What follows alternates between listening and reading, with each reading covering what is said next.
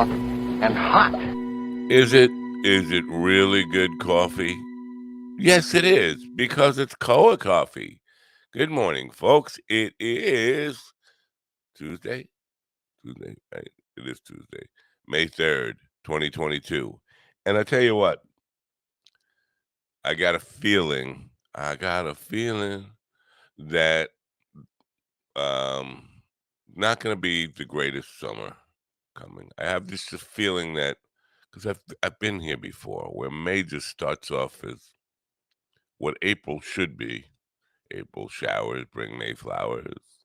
Well, May dank, damp, gray, crappy weather brings more May dank, damp, crappy weather. In New York here, it's still not springtime, and I love springtime. I love being able to go out and exercise outdoors, and um, just not happening yet. And that makes the dog very grumpy. One grumpy dog is what you got today. I woke up while I knew that the world was on fire before I went to bed last night. Well, if I did go to bed, I don't go to bed. Before I fell asleep in my chair last night, I knew the world was on fire, and at some point we're gonna have to address it. Now, this is not a hard news program, and I don't want to be a downer. I don't want to be continuing all the negative noise from the Twitter sphere and Facebook and just repeating all the negative bullshit that's going on in the world. But it's like the elephant in the room. At some point, I'm going to have to address it, and hopefully, I can do that with. Listen, it's a powder keg of a topic. I'm dancing around it. Um, Not easy to share anything humorous about. I will come back to this point later on. But um, when I was a very young man, I learned pretty quickly. I think like 5 or 6 years old. I remember hearing the saying, "Everybody's entitled to an opinion." As I got older, I found out that that's kind of restricted. There are some topics where everybody is not entitled to an opinion. And on the subject of abortion, I'm told as a male, I don't have a right to an opinion on that. It's for women. And my initial reaction to that is, how dare you tell me I don't have a right to an opinion? But after rethinking it at this point in my life, all I want to say is thank you. What else can I not have an opinion on? Because I am relishing the concept of not being allowed to have an opinion, not being expected to have an opinion, and just staying the hell out of it while everybody else's hair is on fire and running around and fighting and arguing. I'm not allowed to have an opinion. I'm out. I'm over here. Just put me into bed, bring me my meals, have the nurse sponge bathe me. Maybe put on Bob Ross, and let me zone out, and I'll be fine. I don't have to have an opinion on everything. It's a freeing concept. Hey, I don't need no opinions on nothing, and I'm not allowed to have an opinion. Yep, I'm just a dumb old man here, just waiting my time out, just waiting for them to put me in the ground. You guys go fight over there. I have no opinions. I'm not allowed. Not allowed. Prohibited from having an opinion. I'm digging it. Please, let's find a bunch of subjects and topics where I'm not allowed to have an opinion. Please, let's move forward on that. Last night, I'll come back to that. It has to be addressed at some point. In this, and I don't want to have an opinion, but but I will comment on all the craziness that's going around and people running around with their hair on fire over it and what it really means. Save that for later as the show picks up steam in the next hour. Hopefully, it will pick up steam. Jack Schwartz, comedian from Fairfax, Virginia, will be with us at 10 a.m. Eastern Time. Fairfax, I believe, I gotta look it up. I'm just too lazy with this. Now, do you know? So before you go judging me for not knowing this, Fairfax, is it a suburb of DC? I think it is, but I don't know that for certain. I'd have to look it up. But don't go judging me for not knowing that for certain if you don't. Yeah. Last night on the Mind Dog TV podcast, I had a scheduled guest, Meg. I can't remember her last name. Meg. I can't remember her last name all of a sudden. I'm drawing a blank. It's Hogfall, Dogfall. Oh, man. Um, Hofdahl, Meg Hofdahl. And the book is right in front of my face here. It's called The Science of Serial Killers. Now, I have not published the audio yet. I'm going to do that directly after this program ends today. The subject is that book, Serial Killers. We had some real challenges getting her to connect. First, she couldn't connect with her webcam and stuff, and then she was on phone and then bad Wi-Fi. Finally, I just said, you know what? Let's give up on this whole idea of doing the live stream here. I did the live stream, but I had her calling and she was on the phone. I'm going to open up phone lines early today. In case anybody does want to call in. So she was on the phone for the most of the program. We did have a good discussion about this subject. I felt like I knew more about the subject of serial killers than she did. Her and her partner researched this book. I'm going to show the book again. I'll be behind the book here. Me and Bob Ross behind the book here. Called The Science of Serial Killers. You like my voice this morning? I got this low voice going on. Yeah, radio voice. This is not a radio voice. This is like a horror movie voice. Serial killer voice. The Science of Serial Killers. The Science of Serial Killers. The truth behind Ted Bundy, Lizzie Borden, Jack the Ripper, and other notorious murderers of cinematic legend. Well, first of all, I couldn't have, and maybe I just over analyze things. What struck me right away: Ted Bundy, Lizzie Borden. Lizzie Borden was not a serial killer. She's an interesting case. Something I've always found to be an interesting case.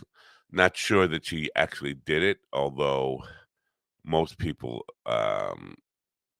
feel like she definitely did it. It's one of those things where she was never convicted, never absolutely proven to be guilty.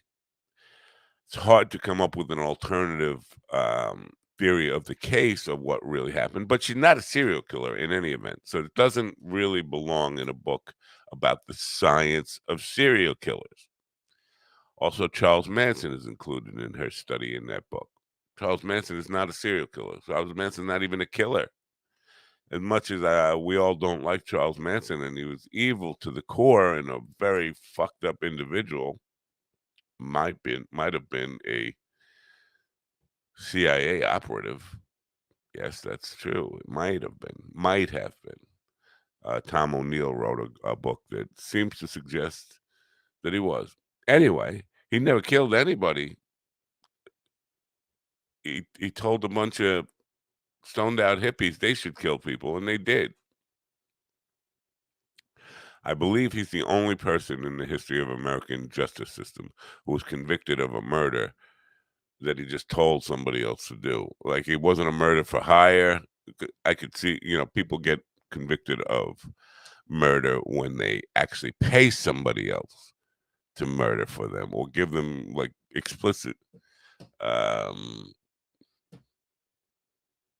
pay for, quid pro quo, quid pro quo for doing the murder. But I believe Manson's the only one in the history of American justice that has ever been convicted and went to jail for merely saying you should kill that guy. But in any event, not a serial killer. And there are so many serial killers or supposed serial killers or cases that we were talking about that she didn't seem to know about, which was frustrating for me. Good morning, Kevin. I hope you're all right there and have survived tornadoes and fires and whatever else might be going on in your part of the world. Chat room's a little empty this morning, but that should probably pick up after 9 a.m., I believe. People still used to coming on board at 9 a.m., starting at 8:30 now, in case anybody has not gotten a memo on that. Why? Well, because we're on Gov's radio, and for the time being anyway, need to end the Gov's broadcast at 10:45 a.m. to facilitate the Knock 'em Dead comedy hour, which starts at 11 on Gov's podcast. So I don't know, maybe 15 minutes jumpstart. Heavy rains and wind. We good at least where I'm at. Well, good for you. Glad to hear that. Heavy rains and wind. Not May weather at all. Mayweather. Hey. Where was I? I forget. Oh, serial killers. She did not know about. First of all, I brought up the Long Island serial killer case because that's one of the ones that fascinates me. Of course, it's my backyard, and it's so close to where we spent so many summers playing on the beaches on Ocean Parkway, and Gilgo is just a stone's throw down the road. And I know that area so well. So right away, and at the time when they started finding the bodies, we were there 4 or 5 nights a week. We really were in the summertime. And right away when that they started finding those bodies over there, the thought came to me that that area just loaded with cops. Ocean Parkway on a summer night, you can't drive a mile without seeing a cop on either side of the road. They're all over there. So that the first thought I had was how could there possibly have been a serial killer dumping bodies just right on the side of the road, really, not that far into the bush, in an area where there's just cops all around. They had to have at least been in with the cops to feel secure enough that you could pull over to the side of the road, pull a body out of a trunk or a back seat or wherever it was, and bring it 10 feet into the woods, 20 feet into the woods, and just not even bother burying it, and just drive off. You can't. I mean, obviously, it doesn't take that long, but to be able to do it over and over again repeatedly without fear of being caught by all the cops that were there raises suspicions that a cop probably either knew the guy, felt safe around the cops, maybe an informant, or maybe a cop.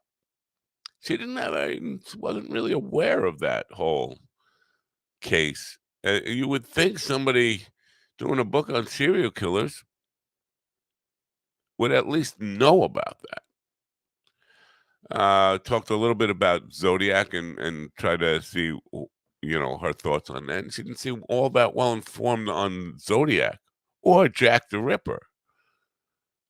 And when I came to talking about Son of Sam, she's talking about Ed Berkowitz as if he did all the murders, and I was shocked her reaction when I said, I believe Berkowitz only pulled the trigger in 2 of those murders, and I think he was a follower.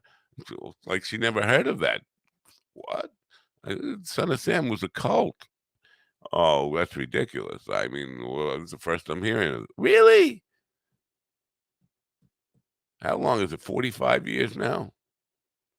You haven't heard about this? Read the book by Maury Terry, The Ultimate Evil. Lays it out pretty well. And I'm firmly convinced that Michael Carr, Pete Carr, whose father was Sam, who had the barking dog, barking German Shepherd, uh, I definitely, and they both died mysterious. Well, not mysterious. That's Michael Carr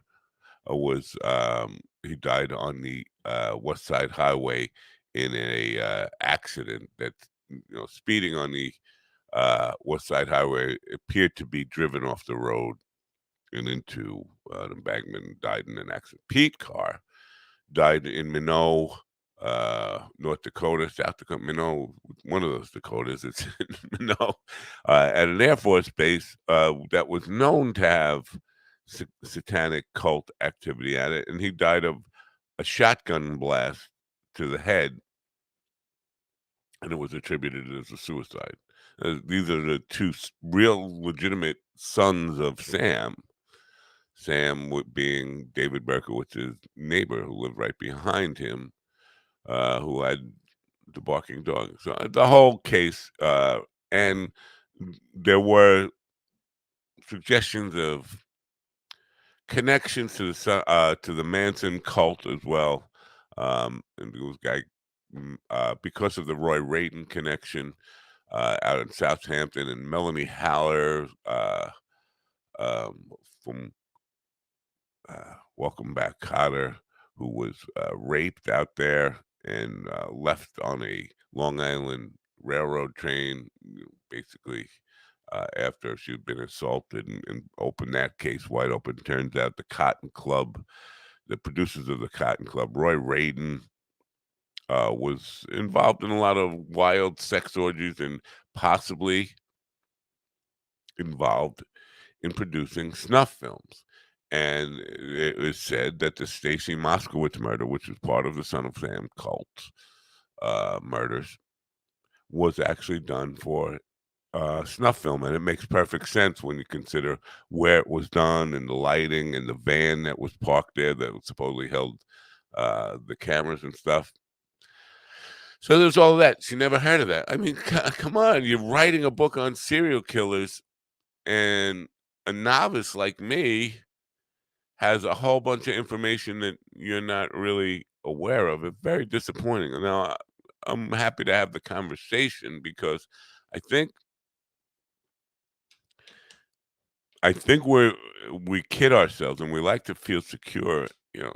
And let's face it, she's a author, somebody who is interested in goth stuff and horror, and has a true crime podcast. So she has an interest in the subject. But kind of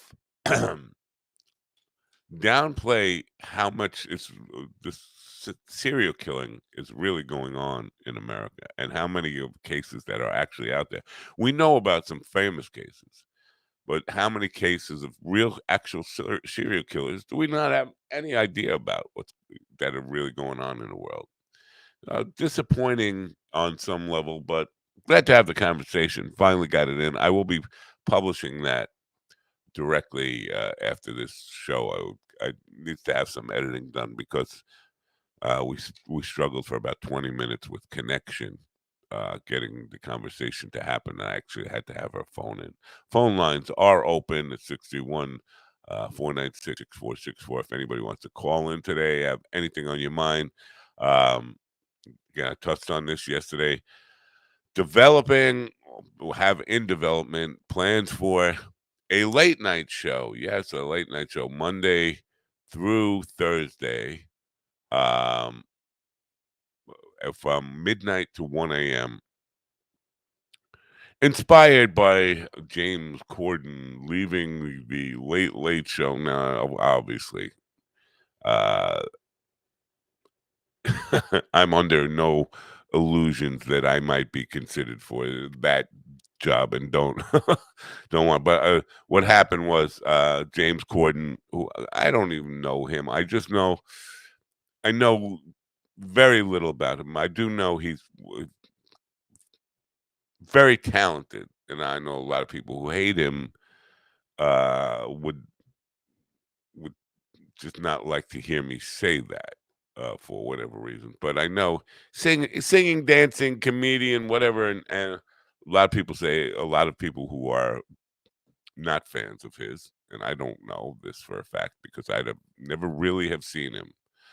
Um, but a lot of people say he's not that funny. As a comedian, he's not that funny, and that's a big criticism of him. Anyway, he has a show on CBS that follows Colbert, and he's leaving that, stepping down from it, and many comedians who are on headliner level, on a national level, they're headliners of comedy clubs, not necessarily guys who are selling out stadiums, any of those people. Lots of these comedians that I know are actively suggesting that they deserve that spot. Okay. And I think some of them actually might do fairly well in that spot. Listen, I never thought Conan O'Brien would succeed in a late night spot when I first heard of him. And I know I was not alone in that. When he took over for David Letterman on the late night show, I was like, who is this guy? And how can they take somebody who's never really even done stand up in their life and have him do a monologue for a show like that 5 nights a week? And I thought it would be very difficult. And okay, so James Corden, I'm not even sure I'm pronouncing his name right. He's leaving the show, and people are vying for that spot. And I just got a wild hair in my up my butt about this because it's gone on long enough. It's gone on long enough. The idea that we need more Johnny Carsons in the world. First of all, there's 6 of them now, I think, right? I don't know, maybe 5 of them. These guys who just sit behind a desk and do the job that Johnny Carson did, which is interview celebrities, have a monologue, starts with a monologue, then sit down and talk to the band or whatever. Not all of them have a band. And basically interview people, and boom, an hour's over, and it's just a Johnny Carson format with less than Johnny Carson. Now, Dave Letterman was the guy who kind of brought a youthful twist to what Johnny Carson did, and people were impressed by that. And I was a fan of Letterman when he first took over. You got to look at the history of when he took over from Tom Snyder and Rona Barrett. Rona Barrett had muscled her way into the Tomorrow Show with Tom Snyder, and so when Dave took over, that it was a breath of fresh air. A little early for me yet here. I still gotten used to the 8:30. Half hour makes a big difference. Getting used to the 8:30 time slot. Anyway, Letterman was a breath of fresh air, and I think Conan did what he could to keep that youthful and energetic too. But at this point, it's all been said and done, and it's so fucking old hat, dead format of let me try to be Johnny Carson, and I'll be the next guy to try to be Johnny Carson. So all these guys want to do that, and my point is, it doesn't matter who they put in that position if they don't change the format, they don't change the direction, they don't. Yeah, Craig Ferguson. Good morning, William. Craig Ferguson was good in that position too, and he did his best to be a little bit different and I liked some of the things that he brought to that. The skeleton guy and the skeleton robot and the dumb horse thing and all that stuff. But it ended up still being the same format. And they could bring Ferguson back, and he could do that again. But your go-to and my go-to. But at 12:30 at night, we are not the target audience, even though, and I'm much older than you are, but even you in your early 40s are no longer the desired audience for that time slot.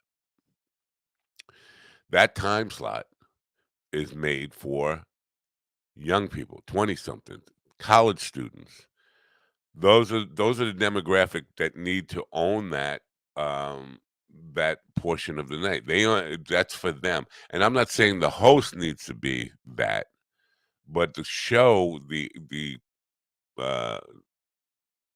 show and that format needs to take that in mind that it's for a changing demographic, and that demographic gets younger. Now, when Tom Snyder did this, and I touched on this yesterday, Tom Snyder was an old, goofy old man like me, but he managed to keep the attention and the loyalty of a college age audience by the way he approached it. It wasn't on a in front of sitting at a desk.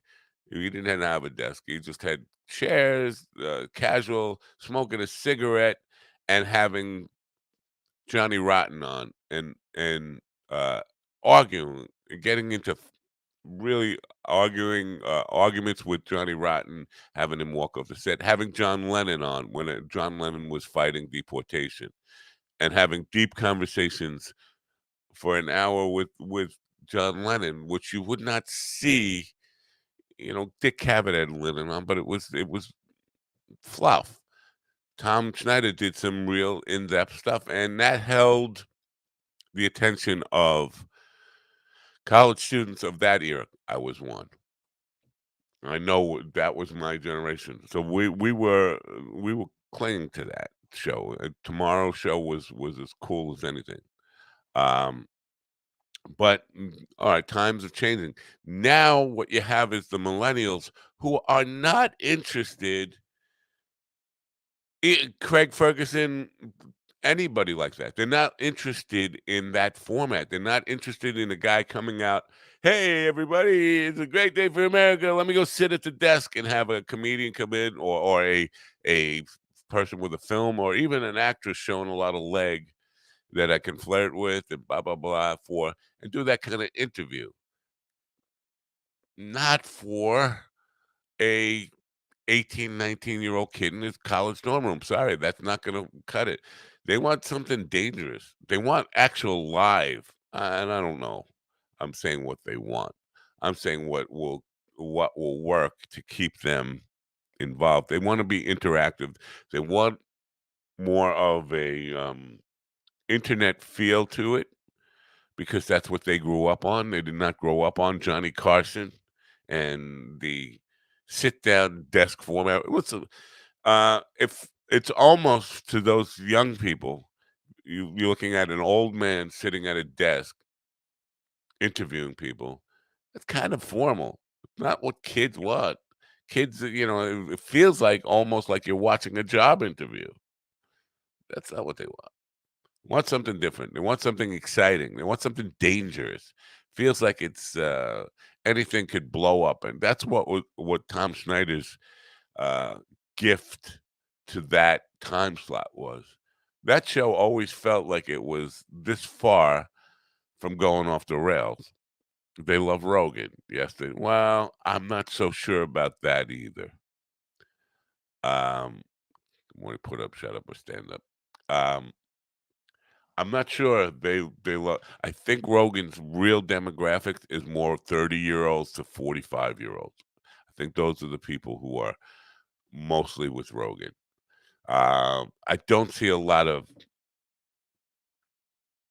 r- college age people really giving him all, and I look at this stuff pretty closely, giving all that much attention. College age people, again, this demographic, this 12:30 at night, and I'm not even sure network television can survive much longer if they don't adapt to a changing audience completely across the board, but especially that late night audience needs to be really, really tightened down towards a demographic that doesn't include me.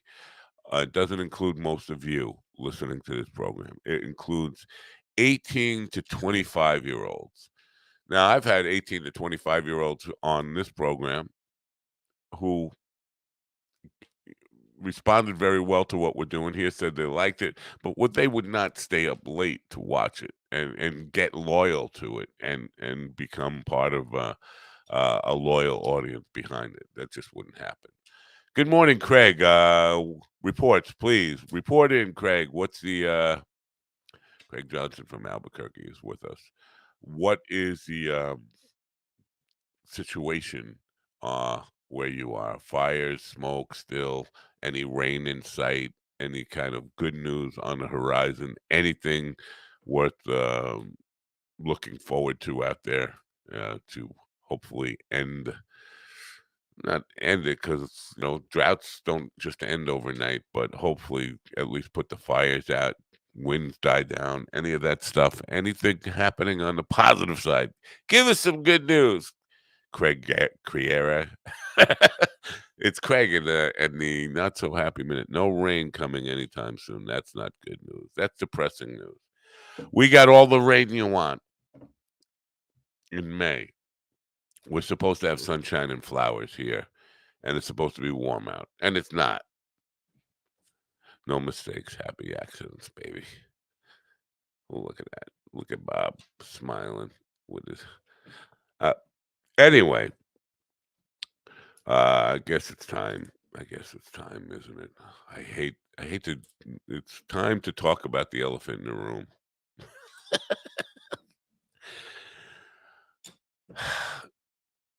Sometime uh, last night, as I was wrapping up my Mind Dog TV podcast, um, got some alert about the Supreme Court overturning Roe v. Wade. Wait a minute, what? I didn't even know they were in discussions about this at the moment. Very rare that the Supreme Court of the United States does things in secret, like and you don't know about cases they're considering writing an opinion on. Somebody leaked, and who leaks the Supreme Court documents that show the majority opinion that Roe v. Wade should be overturned. Now, it's not official yet. Somebody leaked documents about it. It set America's hair on fire in a huge way. People jumping to conclusions that, and I think with some reason to jump to some conclusions, and certainly to kind of suspect that it's just the first step in outlawing abortion, but people were thinking that it means abortions are outlawed in America now. No, that's not the case. What it does is send it back to the states, and several states have already indicated that nothing has changed. Several blue states have already indicated that they're not changing just because what the SCOTUS is basically saying the federal government has no place in codifying abortion because it's not explicitly written into the Constitution that the federal government has that authority. So they're just saying basically throw it back to the states. A lot of people on the right are celebrating that, and a lot of people on the left are freaking out like that's the end of the world. I'll get back to Craig's comment about the weather out there in a minute. So that's where it's all at. Now, I started the program with saying because it's such a hot button issue that everybody, whether they are people who are normally active in politics or not at all, really just don't care about politics. Everybody's got an opinion. Everybody's got worried about like this is the issue that is really dividing us the most in anything that comes up. So there's a lot of argument about it. I come back to and trying to keep this as light as possible because I know it's such a fucking powder keg issue. Um, and as I started the program this morning, when I was a young man, very young man, young boy, learned quickly that phrase that everybody is entitled to an opinion. And as I got older, especially in the last 20 years or so, I've been told I don't have a right to an opinion on abortion because I'm a male. And my initial reaction to that was negative. Like, wait, how dare you? Everybody has a right to an opinion. I learned that when I was 4 years old. And how dare you tell me I don't have a right to an opinion on it? My take on that has been refined quite a bit. And now it is thank you. Thank you for not letting me having an opinion on this. I appreciate it. I really feel gratitude for not being allowed to have an opinion about it. It frees me up. It means I don't have to be part of your internal war, your civil war over an issue. I'm not allowed. I'm out of it, man. I'm not allowed to have an opinion, which also means whichever side you're on, I can't be an ally. Just keep that in mind. As long as I can't have an opinion, I can't be on either side, and you can't use me. We got that. But also, can we expand that beyond abortion? Can we not? Can I not have the right for an? Listen, if I could have the right to not have an opinion, I have the right to remain silent.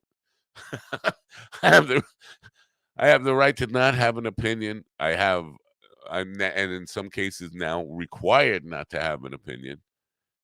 God bless you. I have no opinion. Here's my plan.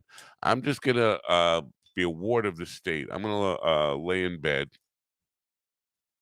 I'm gonna wait for the nurse to bring me my Jello and come and give me a sponge bath.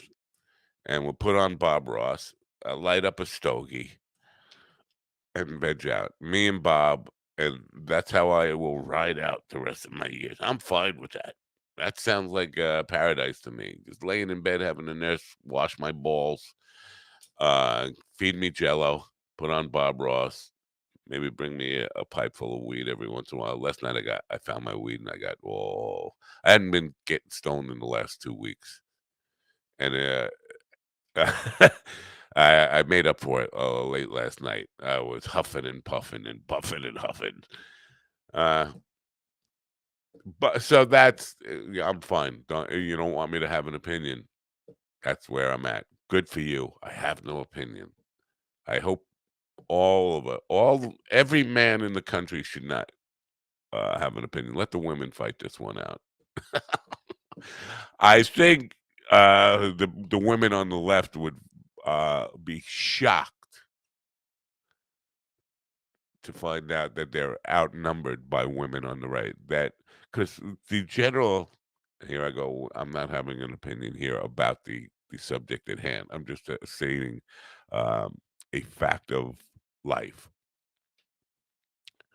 A lot of liberal ladies and feminist men even assume that anti-abortion stuff is being driven by men.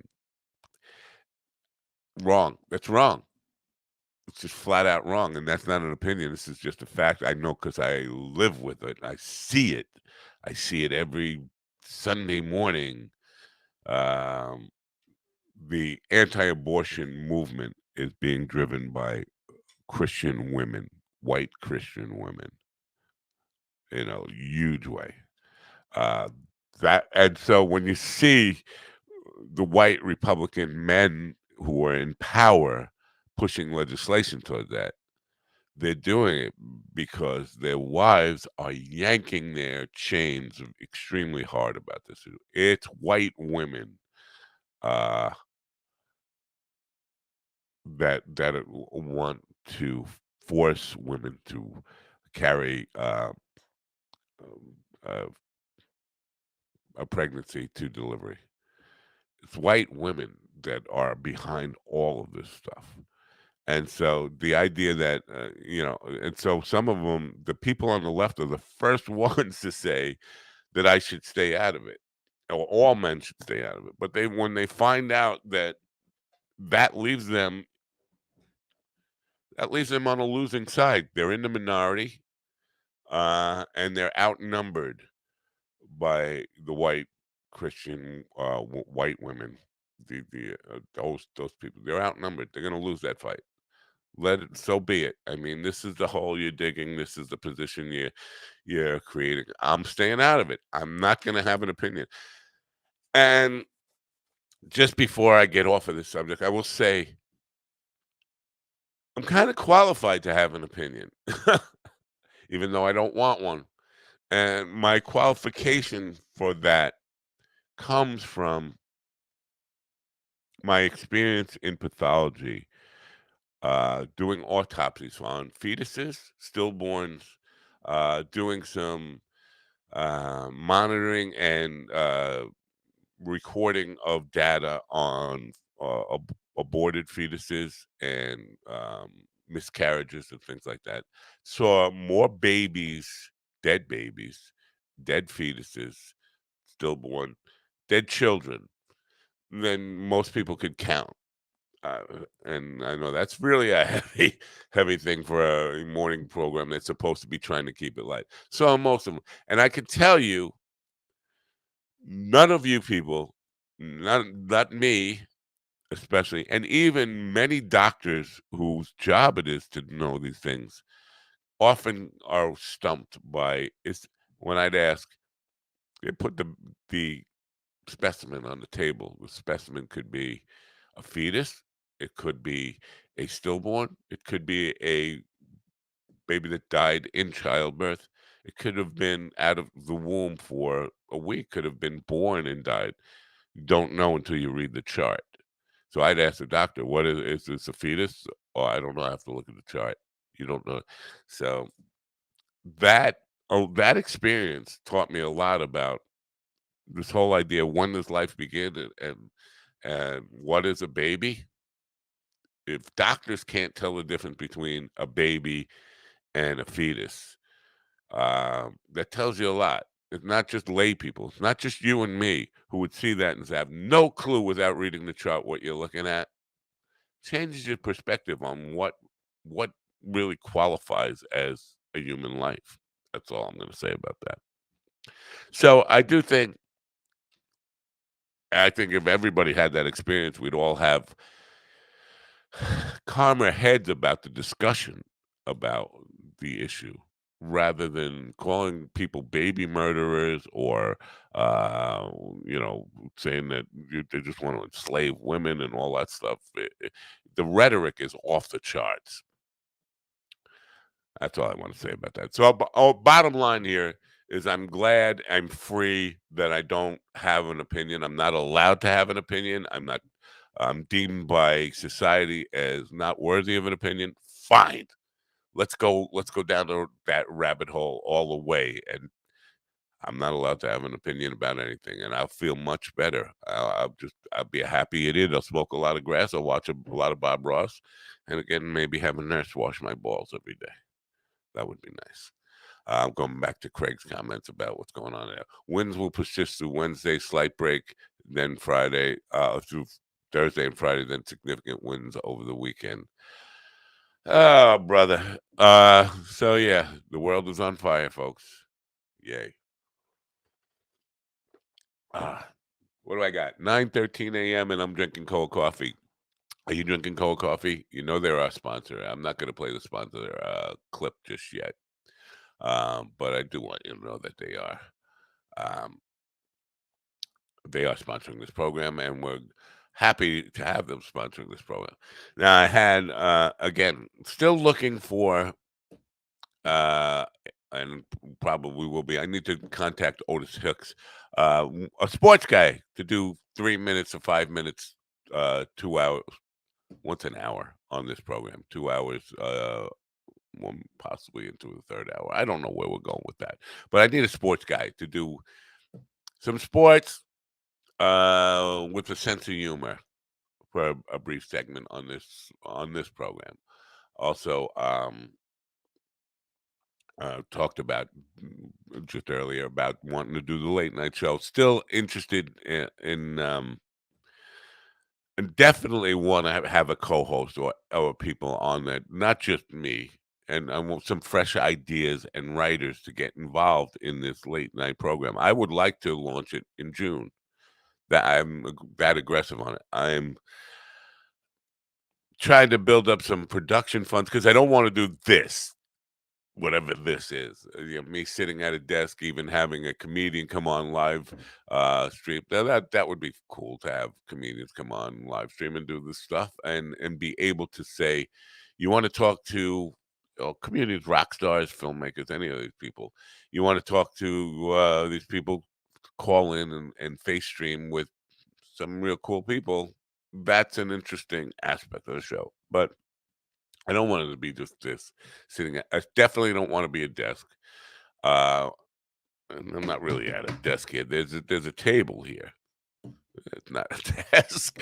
But anyway, it's I don't want to even have that. I don't want it to be like the typical host sitting at a desk, podium, platform, whatever it is, and talking to a guest about whatever they have to promote, and just be another regurgitation of the Johnny Carson format. Don't want that. So looking for co-hosts or people that want to be part of the program. I know Mike Zid had I know you try. I just saw you, Mike. Just saw that. I tried to text you at 11 p.m. last night. I texted you.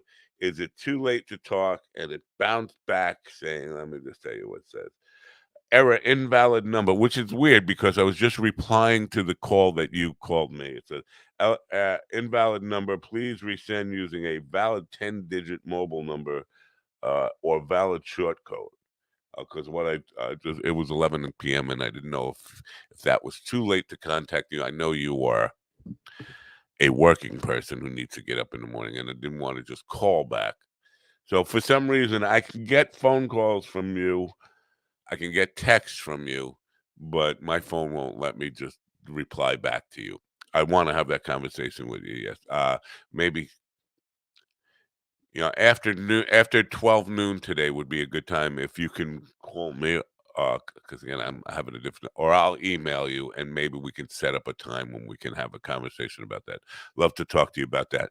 Now, Tom Kanapka, my guru in Bisbee, my shaman Kanapka, had some good ideas about me.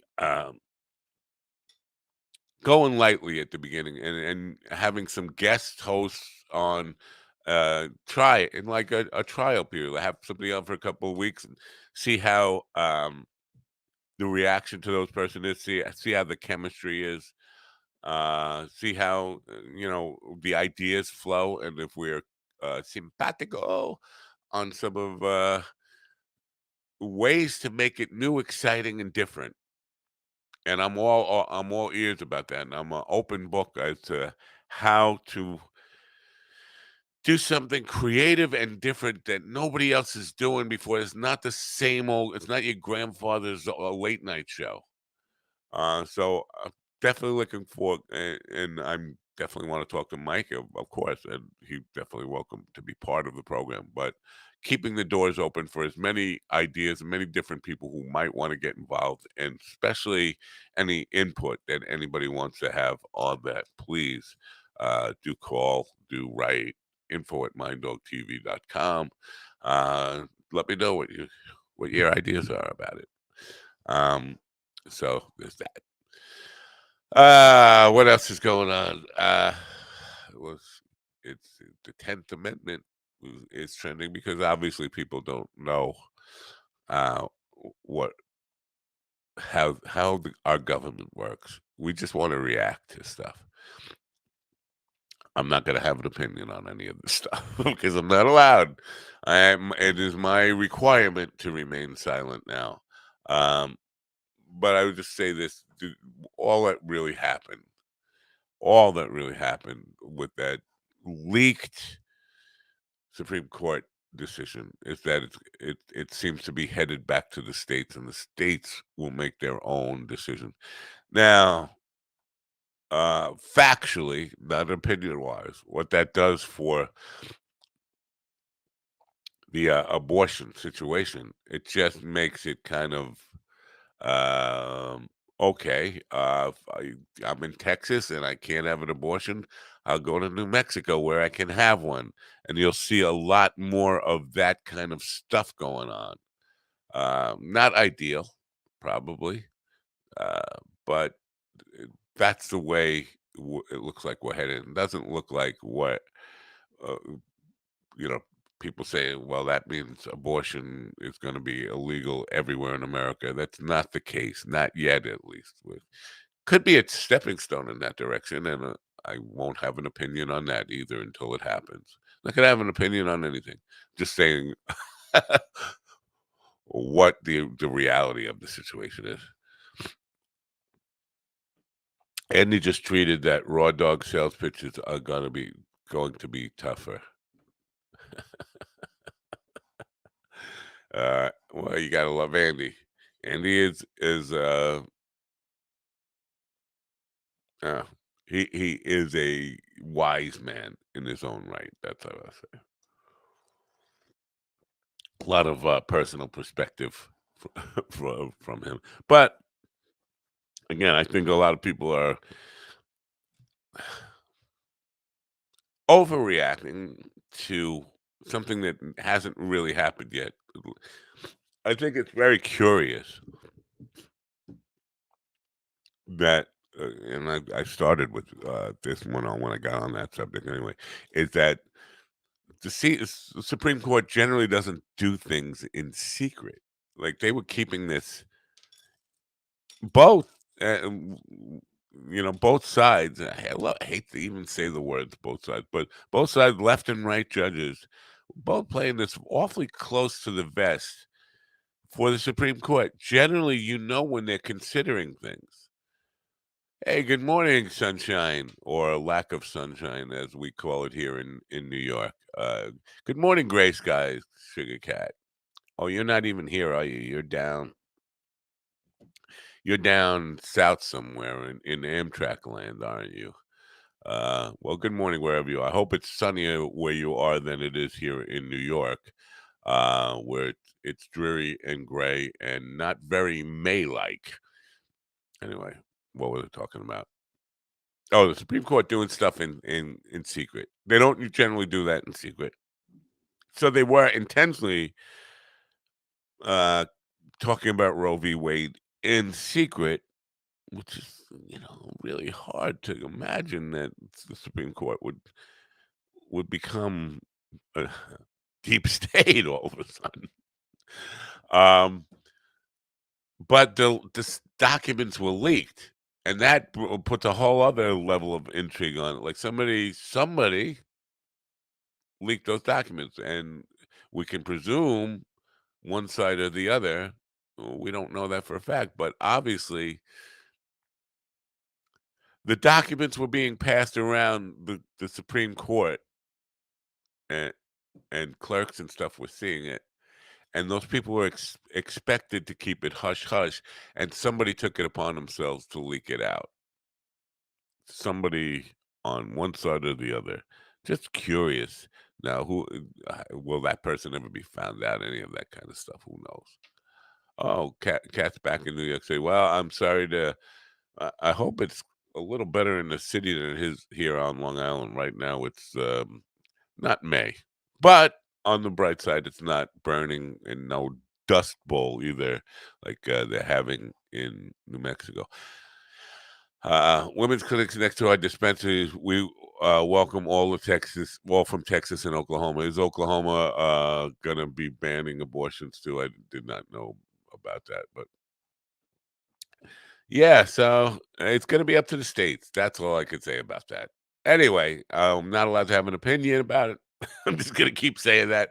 I have the right to remain silent. I'm required to remain silent. I'm going to remain silent on any opinion about it. Of course, facts. I'm going to call out facts wherever I know them to be true. And the fact is, we're not there yet. We're not there yet. And we're not at the place where we should be ready for civil war over this issue yet. Could happen. Won't be fun. Anyway, we're on Gov's Radio. Did you know we're on Gov's podcast? It used to be called Gov's Radio. I liked it better when it was called Gov's Radio. We're over there now, as well as on My Dog TV platform, and looking forward to getting some of those people who host the shows over at Gov's podcast, get them on and help them promote their stuff and make you aware of some of the stuff that's going on. Last night, Wart, Wart. I caught a little bit of that show. Very interesting. It's all about beer, microbreweries, and I don't know if they even call them microbreweries anymore. Craft beers. Uh, if you're into that stuff, you definitely want to check out that show. But hopefully, get some of these people on with some of the interesting shows. Knock 'em Dead comedy follows this show. at 11 a.m. every day. Not every day, not on Wednesday. Tomorrow, they don't do a show. I don't know why they don't take off Wednesdays. Some people just need a day off. I don't. I don't ever get a day off. That's not true. I took the weekend off. So get in touch with and check out Gov's podcast. It's a different site than Governor's Comic Club. Also, I've been looking over the lineup for some of the Governor's Comedy Clubs. Now, there's 3 locations, and the main location has 2 rooms and a patio. And so the event schedule is more than I showed yesterday. And there will be some interesting people there. And I know, especially the main location in Levittown, gets a lot of interesting comedians on that I would love to be able to get on the program. Not so easy, even though once you're in the door there, just to say, "Hey, I'm part of Govs now. You want to be on the program?" I want to get David Tell off, of course. David Tell is my what is that? Uh, I don't know. He's my. Do I want to say dream guest at this point? No, he's at this point he's the guest I would most want to get on the program, David Tell. And Dave got it started, Governors, and I know he performs there like once a year. It's not on the current schedule. He's not coming there anytime in the near future, but I know he has an affinity for the club because he started there. It's where he got his start. So maybe that bucket list. No, bucket list. No, that's not what I mean. Not on my bucket list. No, there's like a hunters use it. I'm not even going to try to get through the cognitive fog that is in my brain. But when hunters have a big game that they really they're chasing and they want that trophy. There's a term they use, and I don't know. I can't recall it right now. Number one, thank you for all the help. You get the idea. Or everything, everything that you're saying is basically in line with the whole concept. I want your trophy. I want David Tell on a plaque to put on my wall back there. Horns coming out of his head and the whole bit. But yeah, I understand what I'm getting at, even though I'm very inarticulate at coming up with words lately. Hey, listen, my age is definitely becoming a factor and mornings. It's a little worse. It takes a little longer to get the brain kick-started. I should get a fresh cup of coffee before Kiara joins me. And you know what kind of coffee I'm going to get? Do you know what kind of coffee I'm going to get?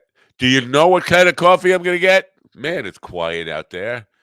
You could all say it once. Koa coffee, Doug. Thank you very much. We don't make mistakes. We have happy accidents. Ultimate prom date. Yes, that's it. I want now when you say that, which one I guess I'm going to show my bigotry here. Because when I think of prom dates, I definitely think of male and female.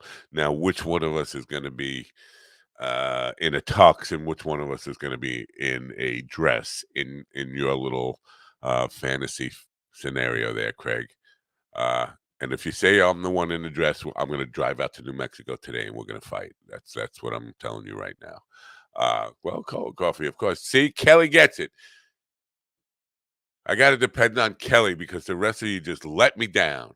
Yes, Koa coffee is the kind of coffee we drink here. And just to reinforce that, Koa coffee is the best coffee in the world if you listen to Mind Dog. And if you don't listen to Mind Dog, it's still the best coffee in the world. And I'm going to go get some right now, see as quickly as I can. Hopefully there won't be a mess. Show's brought to you by Koa Coffee. I'll be right back. This episode is brought to you by Koa Coffee. If you are a coffee connoisseur and want to experience the best coffee Hawaii has to offer, no blends, no compromise, try the true taste of aloha. Koa Coffee produces premium Hawaiian coffee, hand-picked, expertly roasted and delivered from Hawaii to your door with aloha. From award-winning 100% Kona coffee grown on the slopes of the Mauna Loa volcano to the unique mocha beans of Maui, they strive to provide their loyal customers with the best quality and freshness. Since 1997, Koa Coffee has been known far and wide as a product of utmost quality, and their awards prove it. Koa Coffee was featured in Forbes' Top 10 Coffees of the World. This is the coffee Forbes called the best coffee in America. Find out what it's all about. Go to minddogtv.com/coffee. That looks like wonderful coffee. Now, where's the girl running? Hello? There she is. She's always running. She must be very healthy. She goes for a morning run. It's always good. And you know what? It's always good if you're going to go running on the beach to get dressed up in, like, I don't know, that looked like she was going out for an evening on the town or something and ends up running on the beach. What's that all about? Running from the coffee. She's running from the coffee. Don't let the coffee get me. Crazy. It's just crazy. Anyway, I do have the right to remain silent, and so do you. Let's all remain silent now. While speaking of remaining silent, Kiera is with us, and she has the right to remain silent, although she better not take it because that would be like really awkwardly unhappy minute. Anyway, she's here now. Let's bring her in.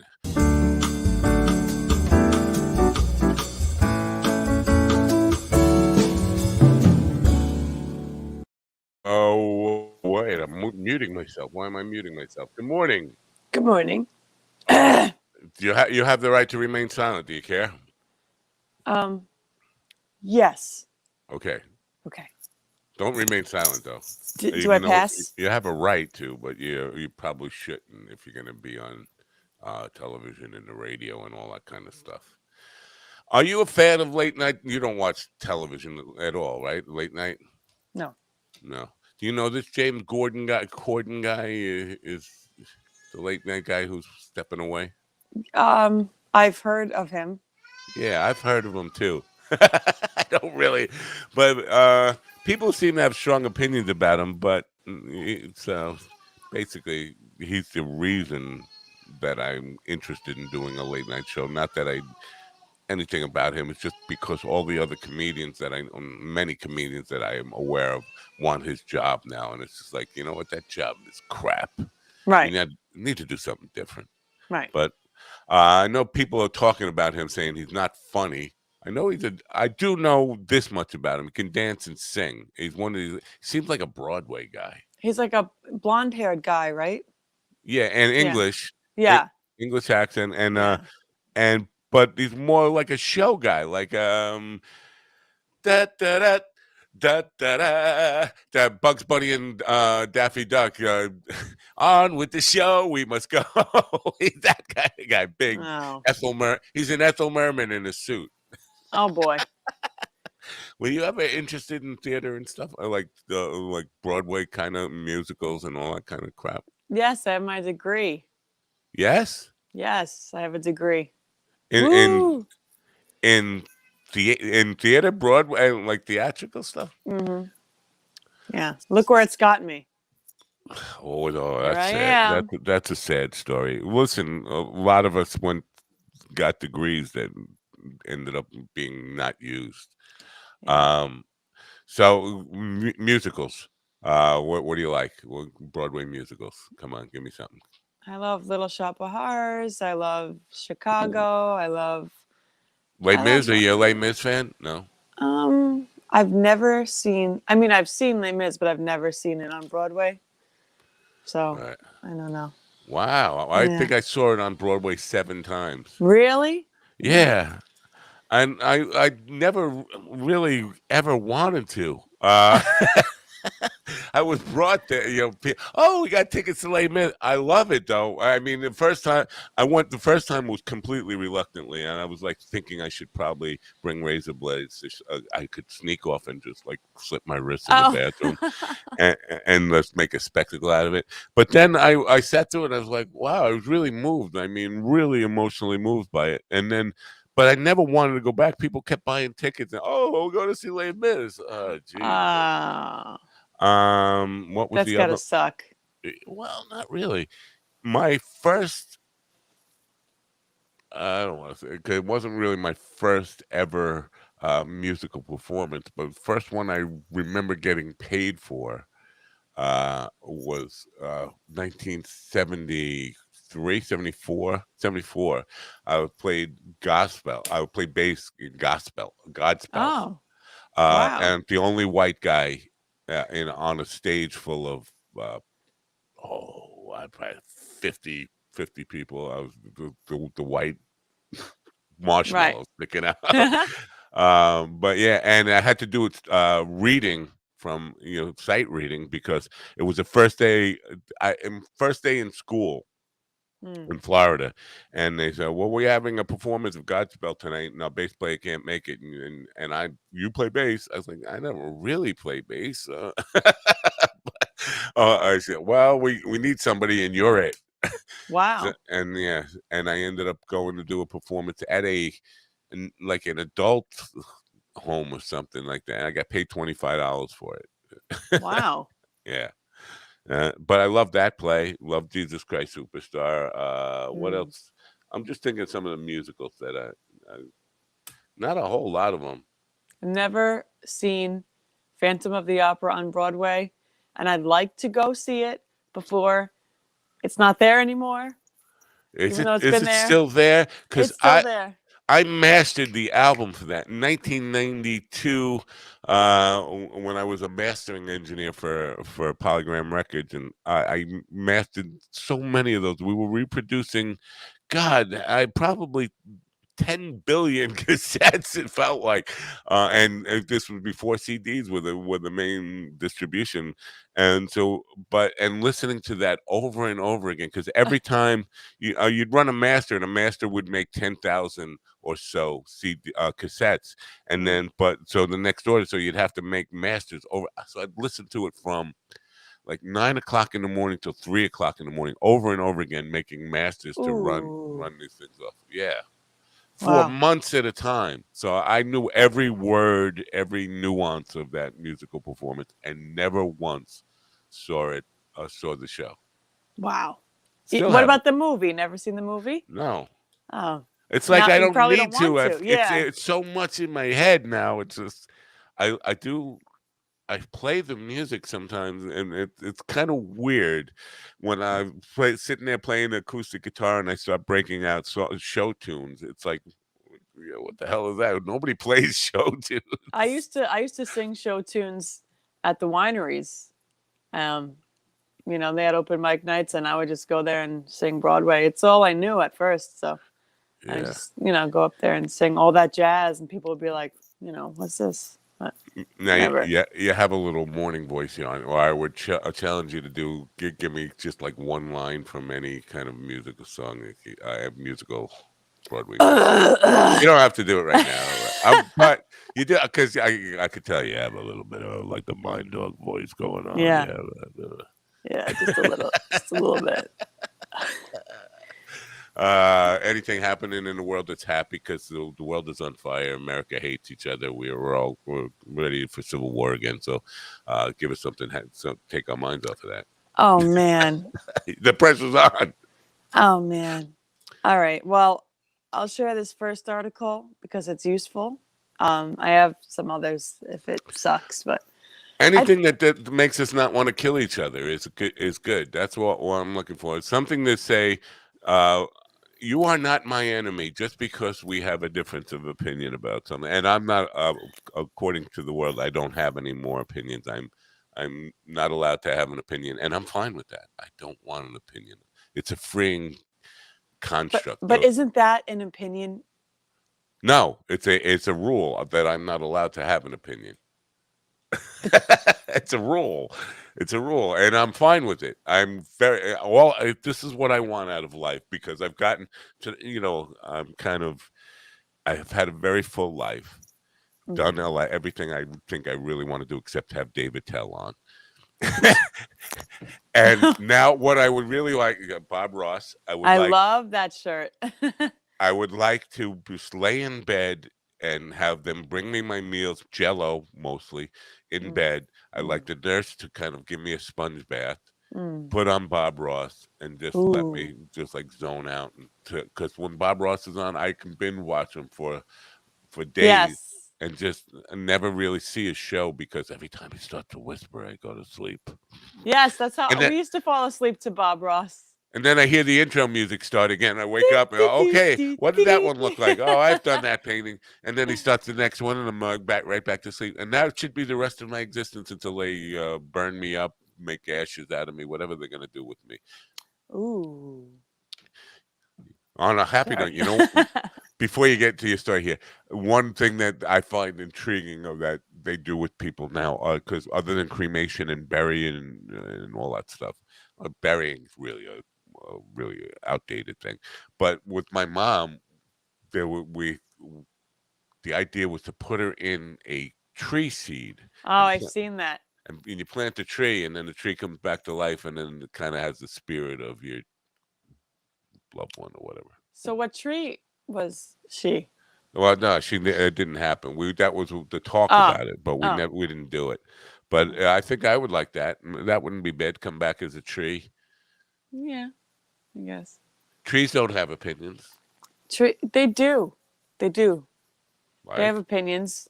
Really? Like they don't want to blossom in the winter. It's too cold for them. Is that an opinion? I think so. Some trees are a little more angry. Some trees want to fall down. I think you've been watching The Wizard of Oz, haven't you? A little bit. Yeah, you've been picking the apples and you got slapped. No. Yeah, no. I love that scene where the tree gets mad because he's picking the apples off it. So much happened in that movie. So much, during the making of that movie. Right. It's ridiculous. Uh-oh. What? Did you ever see the no, it wasn't that.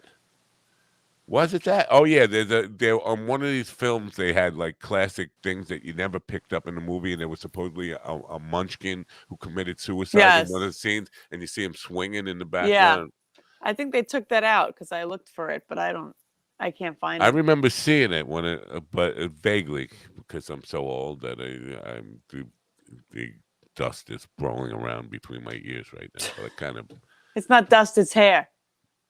Oh, it's growing inside? Yeah. That's okay. What it is. All right. Give me a story. Make me happy. Please. All right. This is not going to make you happy, but okay. I think I've heard about this before because we all know ant season is coming. Everyone gets ants in their house. I don't know why. They should just stay outside, but whatever. So this is from Mira.com. And this woman shares a trick to get rid of ants for under $2 that works every time. I don't know where you can find something under $2 now, but basically we are using talcum powder for the entry points of where the ants come in, and it keeps them out. Well, how do you know the entry point? You have to know the entry point. You have to know the entry point. Mm-hmm. Yeah, that's. First of all, I have to say you did make me happy because my wife seems to be under the illusion that this is the only house that's ever had ants come in and freaks out like there's something wrong with us. There's something wrong. I'm like, no, in summertime, you leave windows open, you leave doors open. You're going to get occasional bug in the house. Don't freak out about it. So I'm happy to hear that everybody gets ants. I don't think everybody gets ants, but I think. I've had ants in every house that I've lived in. My grandmother, who had plastic on the furniture, she was so neat, had ants in her living room every summer. Wow. Yeah. I don't think it's quite that bad. And it's different times.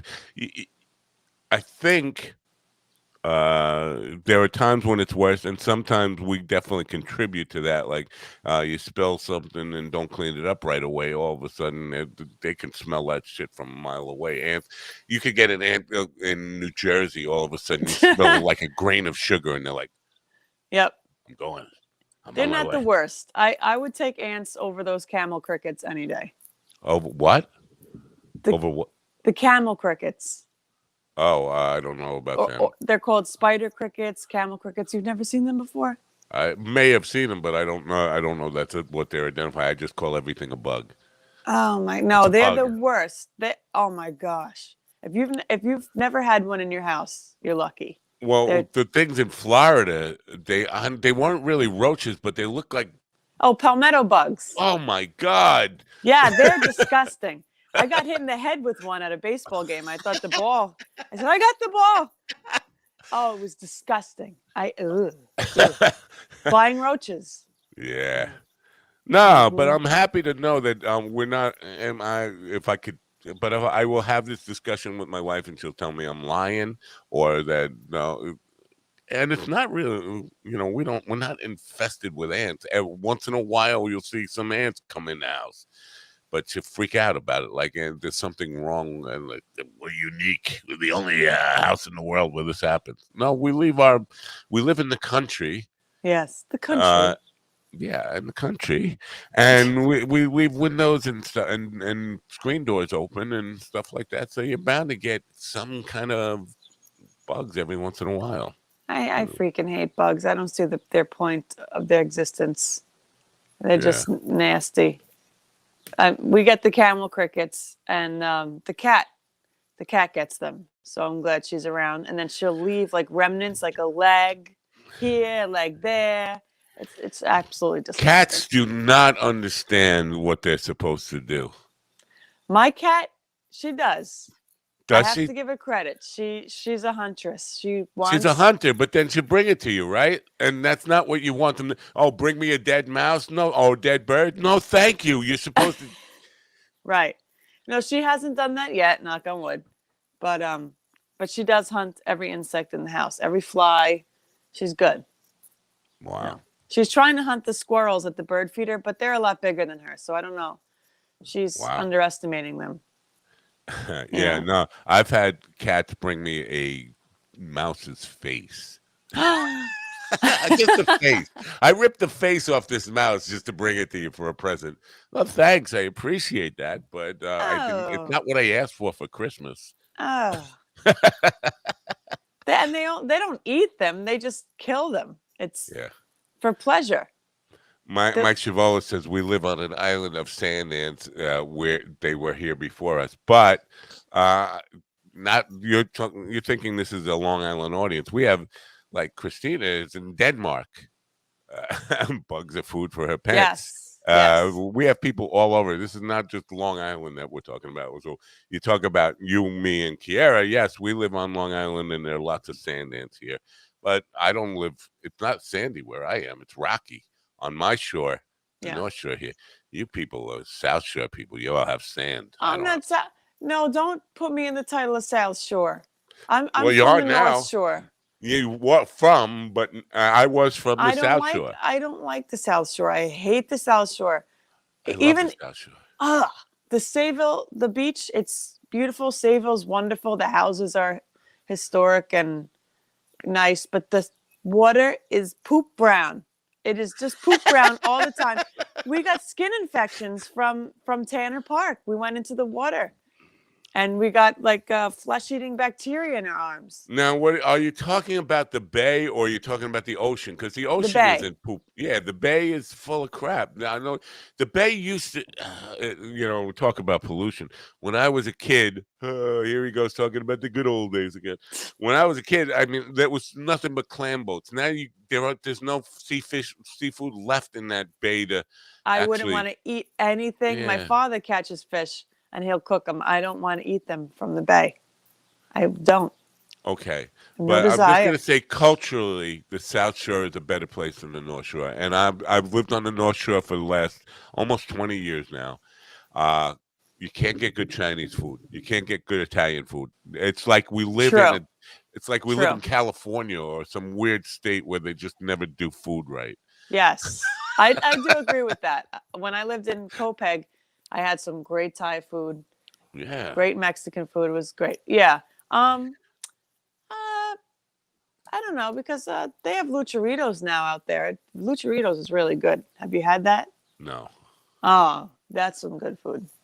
And that's on the North Shore. That's Southold, Cutchaw, Greenport, Well, Mattatuck. out there, that's even a whole. That's more like a New England out when you get that far out on the east, on the North Fork. Oh, That's even a whole third option. So you have the North Shore, the South Shore, and then that North Fork, which is like New oh, England. It's definitely. They were Boston Red Sox fans up there. They definitely aligned more no, with. Yeah. no. Yes. I wore a Boston shirt to school, and they told me to take it off. I wasn't allowed to. Why I did just you? Well, why did you have a Boston shirt? Because because you I lived went up to there. no, I went to No. Boston, and I wanted a souvenir, so I bought a shirt, and my teacher told me to take it off. No, no, hold on. No, that's not. Yes, No, we have child abuse, no, sexual innuendo, and take it no, off. that's not why. That's not Okay, why. Maybe all it right. was. Yeah, Oh it was man. about that. It Oh. wasn't. It wasn't about the Boston Red Sox. It was about wanting to see them. That's the same teacher who lost a testicle. It was really sad. Did he find it It popped. It burst like a grape, he said. in class? No, he was the baseball coach.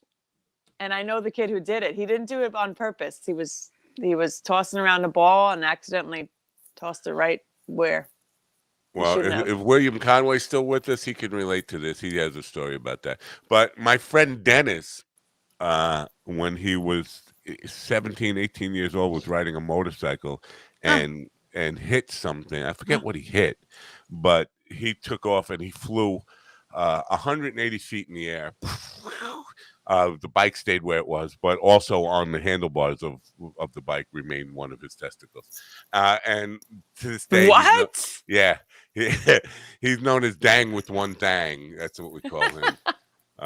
And Oh my gosh. yeah, he flew 180 feet in the air, bounced, broke like 7 ribs or something. He's laying on the floor, his testicles back on the bike. Oh my And a god. cop runs over to him and he says, "Are you okay?" Like, okay? What kind of question is that? Have you seen my ball? His ball ripped through his pants? Yeah, Oh my yeah. It was gosh. not. It toed him years to recover. It was not a good thing. And he still loves bikes and stuff. Even after that, I mean, but wow. Could he okay, never mind. Yeah. Well, I'm gonna let you out of here because you've overstayed your welcome again. I'm sorry. No, I'm I'm kidding. sorry. All right, right. we'll see you in the bottom of the next hour, I guess. All right, see you. Bye. Goodbye.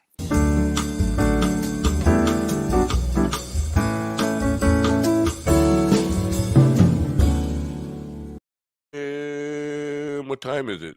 It's 9:53. Do you know where your children are? I don't. Did it grow back? Is one of the questions. I know it did not grow back. Uh, Let me see what Mike's saying. Boaters on the South Shore are friendly. They wave to one another as we pass. The North Shore, none of the boaters there are wave. They are unfriendly. In general, boaters around the world are very friendly. Well, I'll tell you this. I don't think that's necessarily a case of being unfriendly. The uh, Long Island Sound is not the Great South Bay. It's not even it's like being in the middle of the ocean, and often treacherous. The rocks everywhere. You got to pay attention. You can't be hey buddy like you can on the South Shore. You have because you go hey buddy, and before you know it, you're on the rocks and your boat is split in half. I don't know. People up here, I would agree that they can be snobby. But I don't think the boating unfriendliness is a factor of that. I think it's more of I don't want to end up dead. Um, Well, she should be my late night host, but she's got kids, and late night isn't. I'll talk to her about that. I have kind of mentioned to her. She didn't jump on it. No, obviously, I want Kiara to be part of. She's the best part of this program. It's the only reason to really friggin' tune in. You don't tune in to see me. Um, and maybe she'll be part of it. We'll see. Again, I come back to Shaman Kanapka, who suggested I just kind of play loose with it and have many people on and see who resonates with the audience and all that kind of stuff. And we'll see where that goes. Anyway, Jack Schwartz is about to be with us. Jack is a comedian from Florida originally, now living in, did I say Fairfax, Virginia? Did I say Fairfax, Virginia? Somewhere in Virginia. And I'm curious as if, and I'm a total idiot, geography-wise. I don't know if that's a suburb of D.C., but I'm assuming because there ain't a whole lot going on in Virginia other than Northern Virginia and D.C. Maybe Roanoke. This stuff happening over towards the other side of the state. Um, I don't know. We'll find out. He's here with us now. Why don't we welcome Jack Schwartz in? Jack, welcome. Hello. How you doing? Pretty good. Can you hear me okay? Yes, I can. Hearing you in one ear, which is a little weird, but I think that's You can hear me in one ear. Yeah, just hearing you in this one. It's your good ear, hopefully. That's fine. How are you, my friend? I'm excellent. I'm here to answer all your geography questions about the DMV, and that's the only reason I'm here. So let's start Southern Virginia, work your way up. Let's go through every city. And yeah, okay. Yeah. I do live in DC proper now. Did at one point live in Virginia in Fairfax. It is a suburb, and I am from Tampa, Florida. Oh, you're from Tampa, Florida. So what made you go to Virginia? Especially living in well, I won't. Tampa's not exactly paradise, but it's nicer than. I would disagree. Tampa is an awful place that made me who I am, I guess.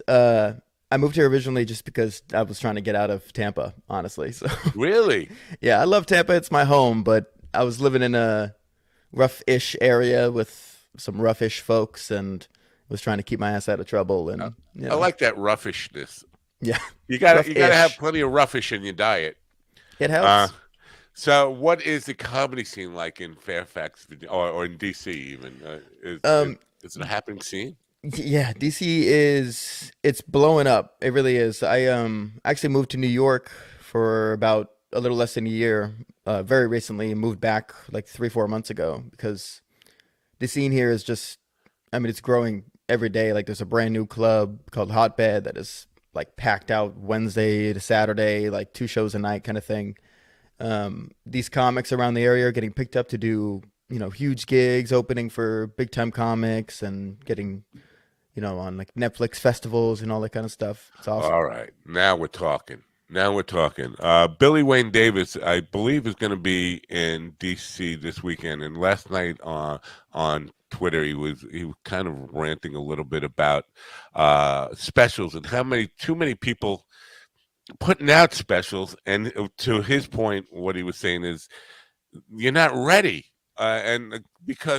and I've been saying this for a while, that the word special lost its meaning a long time ago. Special used to mean that it were for like HBO or Showtime or whatever. I mean, instead of having a movie on, we're going to have something special that you don't normally see, which is a comedian for an hour. Now, every time a comedian does an hour or a half hour on tape, they call it a special. Right, but it's like every 6 months or every year or so. Right, and so it can't be special when there are 7 billion of them out there now. There's nothing that there's 7 billion of that can be called special. There's definitely a problem with comics doing it like way too early, too early, because you're not fully formed yet. Joe List. Are you familiar with Joe List? Now, this is part of I have an opinion about. I'm not supposed to have any opinions about anything, so I'm just going to say it's not my opinion. It's just an idea I have about this, because I've learned I'm not supposed to have opinions about anything. But the idea I have about this is, in the business world, it's vogue and important to have a book, even if your book is shitty. because it opens doors to you. It's like an authority piece where you can say, "Oh, I'm an author of a book," and nobody, when you're pitching your idea to a company or something, they're not going to read the book. Just the Right. fact that you have a book makes you worth listening to in your pitch. So I'm thinking for comedians, even if you have a shitty special out there, just to say you have a special will open up doors for bookings that are on a level that up from open mic nights or just 15-minute spots to open up for somebody or any of that kind of stuff. It will give you a little leverage in getting better bookings. Am I wrong in that? Do you agree with that in any level? Comedy's weird because, to be honest, if somebody at my level was like, "Hey, I have a special out, you can check it out," they'd be like, "Shut the fuck up." You know what I mean? They'd be like, they agree with you in the sense of like, it's too early, and if you're not selling your special to some sort of bigger company or some big platform, then it's kind of a waste of time. And it's kind of true. You really do just have to grind your way up slowly, and people will check you along the way. If you move too fast, you get knocked down a little bit. It's kind of how it happens. But do you have a shitty book out to promote yourself? I'm going to have a shitty book out. I just finished the shitty book, and I haven't published it yet. The editor has it. I think I'm certain I'm going to have lots of rewrites to do. So I'm calling it done for now. But yes, I have a shitty book on the way. But mine is not necessarily to open doors for business because I'm like so old that opportunity is just not on my. I'm gonna be honest. You're very ambiguous. I'm very curious to know how old you are. I have no idea. You could be Korean for all I know. I have no idea what you are. I'm going to be 93. No, I'll be 63 in 3 months. Me too. Same. But I've lived a very full 63 years, and I've been saying for a long time, it's like there's nothing left for me to do. Like there's Just nothing. get out. Yeah, I mean, basically, I'm just riding it out. I'm fine with laying in bed, having them bring me my Jell-O, having the nurse give me a sponge bath, put on Bob Ross, and I'll just ride out the rest of my days doing that.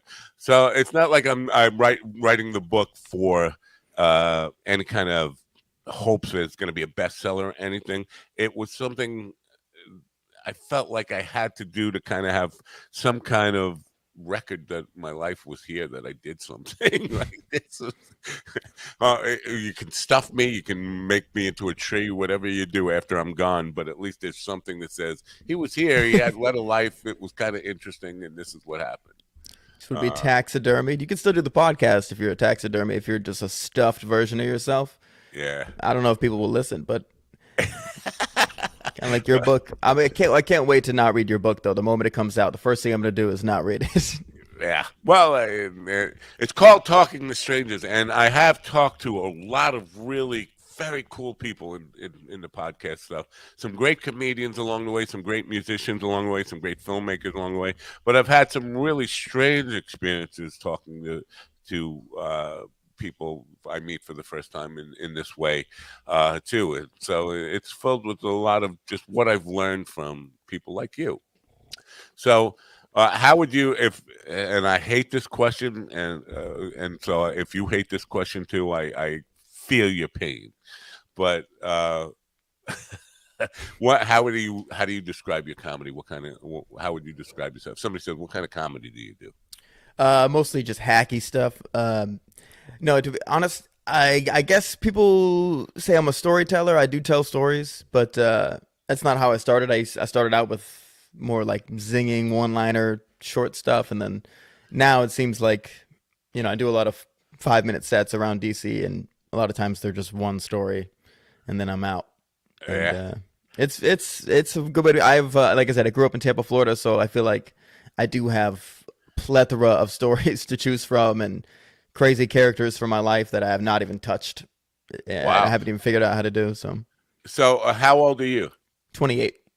All right, so you could have quite a bit of experience by 28. You can squeeze it in, especially in Tampa. Yeah. I went to high school in Florida, not that far, well, not that close to Tampa either, but closer to Orlando, in a place called Lake Wales, Citrus World. And it was at a time when Disney was just opening up down there, and it wasn't wasn't what it is today. I went back there a couple of years ago, and I was like, oh my God, this has become a city. It was very rural. It was very still citrus world. Everybody was making their living picking oranges in orange grove. Not everybody, but a big part of it. It was either that or running campgrounds. Oh, Very rural area, so it's changed a lot. So I can't say I know what it's like down there, but so yeah, you can live you can have a lot of stories by the time you're 28. So how long have you been doing comedy? coming up on 3 years. 3 years. Yeah. Did you was there in the plan before that, like when you were young, did you know I want to be a stand-up comedy when I grow up? Yeah, I'm gonna be honest. This is crazy. And people tend to not believe me, but I think it was third grade. We had a career day where you're supposed to dress up as the career you want when you grow up. And I dressed up as a comedian. I dressed up as Jerry Seinfeld specifically. So I had like jeans with a shirt tucked into it, and then because I was a small child, I had a big hamburger hat because I was like comedy, you know. And I went in and told everybody I wanted to be a stand-up comedian and a cartoonist. Those are the two things that I wanted to be. I don't know what the hell was wrong with. I was a weird kid. Do you wear clean mostly? What was that? Do you wear clean like Seinfeld would? Like basically. Not even a little. Not even a Okay, little. good. I'm cleaning up my act right now just for this. You didn't even ask me to, but it's it's just more watchable if I do. That's fine. You know what? I've had my a lot of comedians on that work clean, and while I respect that, and I could laugh at Brian Regan or Jim Gaffigan or people who work clean like that, but it's not my preference. I like guys who work a little blue. That's just my preference, and so it's always refreshing that people don't. Here's the thing, though. I've got to stop saying here's the thing.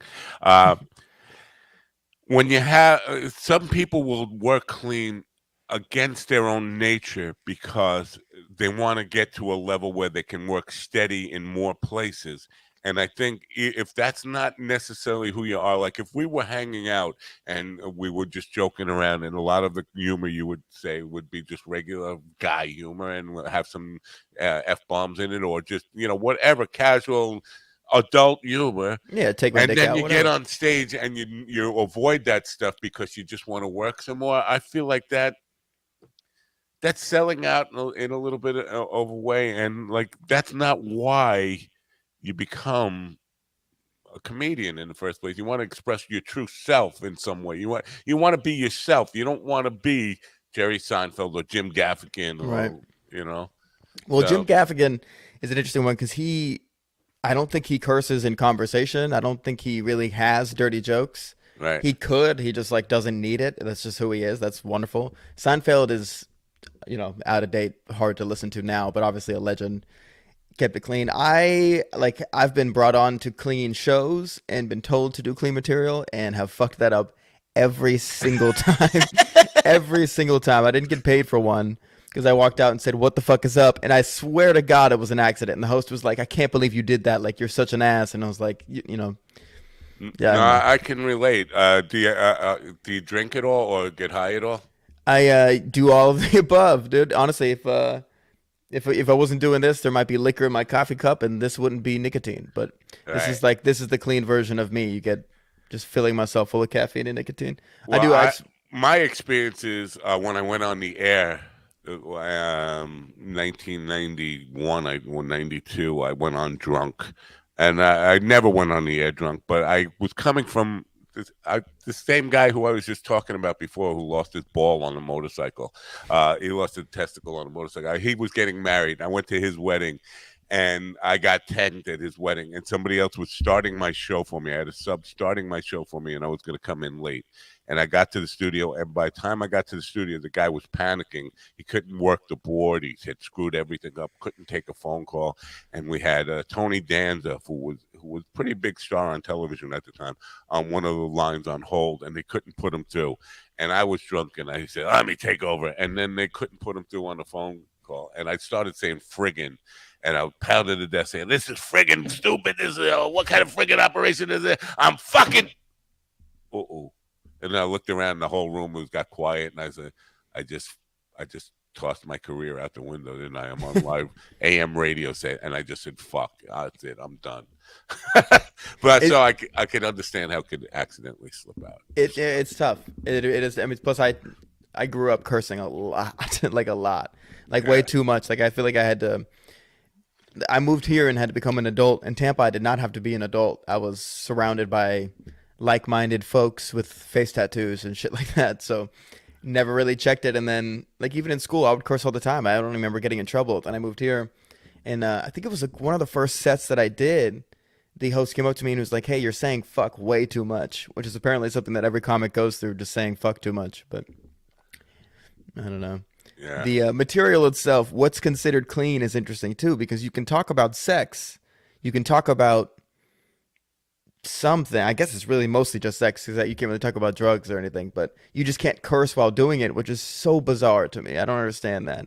Right. Well, I appreciate people who can make it funny and still not have to be profane in doing it, but sexuality is a big part of the issue. But I think drugs is too, and then you get your topics that, like today, are just so hot button, keg of dynamite. You have to stay away from. Obviously, anything can become politicized in a heartbeat. Oh, especially no here. Especially here. So yeah, because you live in the capital of politics in the entire world, the most political centric little piece of real estate on the entire Not only that, every audience has, I mean, the degrees among them it's absurd. Like everyone has a master's degree, everybody works in government, or you work at a restaurant and you have none of the above, and that's like the whole audience every time. So it's some of it is like, I'm not very educated. I don't really know that much about politics. If I bring up something political, somebody in the audience is going to be like, "Excuse me," you know what I mean? And I don't have anything for that. So I stay away from the big topics these days. But how do you? Because again, my point is that anything can be politicized in a quick way. So basically, you could be talking about baked potatoes, and all of a sudden, somebody's got an argument about that, and it becomes, well, we shouldn't have baked potatoes. They increase the carbon footprint and global warming, and all of a sudden, it becomes political. Like, do you have any kind of when you're preparing material or writing or thinking about what you're going to present, any kind of ambivalence about, I can't talk about this because they're going to fucking make it political? Yeah, I mean, during the peak of the pandemic, racial tension was really like high in DC, and of course there was a bunch of like mutual support from all sides, unfortunately. But we were protesting and that kind of stuff, and then going and doing an outdoor show, and I stayed away from race, the topic of race, not people. Stayed away from that like it was the plague, because I just am not the person who they want to hear it from. And I was aware of that pretty early on when I moved here. Because in Tampa, there's not much of a racial divide. It's more like where you are. And I don't think I realized the real difference between Tampa, Florida, and the rest of the country, because I would go places and people would expect me to like be like a certain type of white guy and that kind of thing. So audiences weren't really having me discussing race very much, and I just started staying away from it. Never been happier. It's great. Right. I keep to the stuff that I know. And Sugar Cat says her friend just told her that statistically Fairfax County has more master's degrees than any county in the U.S. I believe it. Yeah. Interesting. I would have thought like Boston. Right, where there's universities. Yeah, because everywhere you go, you can't walk through that town without seeing a university every 5 feet. Yeah. Well, I would say this, in DC, even the comics have master's degree. My girlfriend is a comic, and she has her master's degree. Doesn't use it, but she has it. Right. A bunch of my friends are the same way. They all have degrees, and they just decided to do comedy instead. Wow. Now I'm gonna pull up whatever URLs I had. I had a YouTube URL for you where you have a YouTube channel, and that's in the description. And I had your Facebook page. Is there a website for you, or do you have? I really just focus on Instagram. I did have the website going for a little bit. Didn't feel the need. I have I do film full time for a living, so I have a film website. But you won't find any comedy content on there. And then my Instagram is pretty much where you'll find most of my stuff, most of my updated things. I'm starting a podcast of my own I was soon. going That's to what ask this you is about that behind me. because you look like you have a professional audio set up there. So I was assuming you have a podcast. What's your podcast called?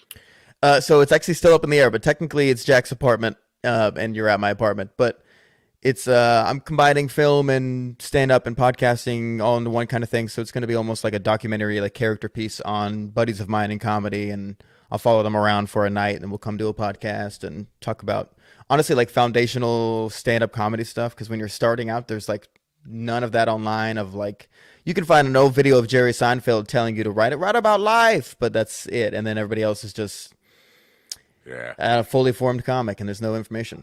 I don't know where I want to go because I was going to ask you about film, but I want to talk about this whole because I have a friend who he's a big fan of Curb Your Enthusiasm, and he was starting to talk about Jerry Seinfeld and Larry David are the two most successful comedians of all time and the richest guys. And I'm not even sure that either one is really.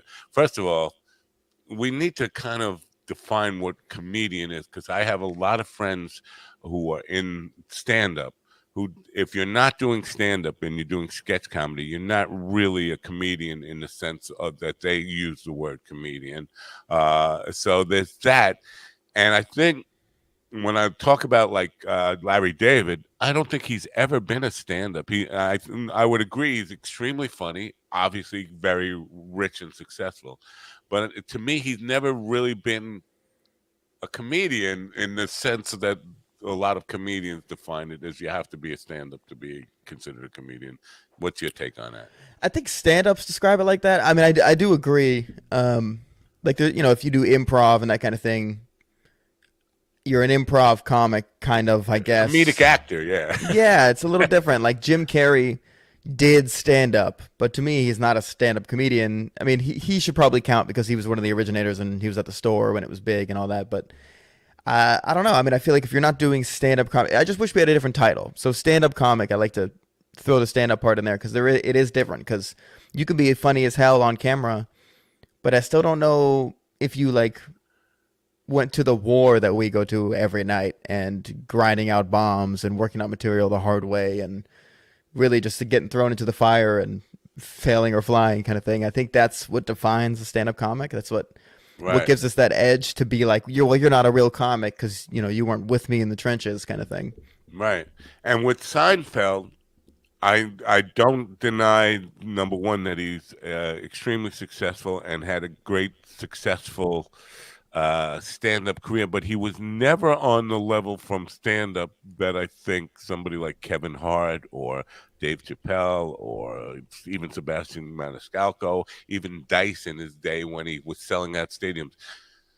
Seinfeld was never that kind of successful stand-up who could sell out stadiums and bring in that, like night after night, sell out these gigantic rooms, even in his heyday.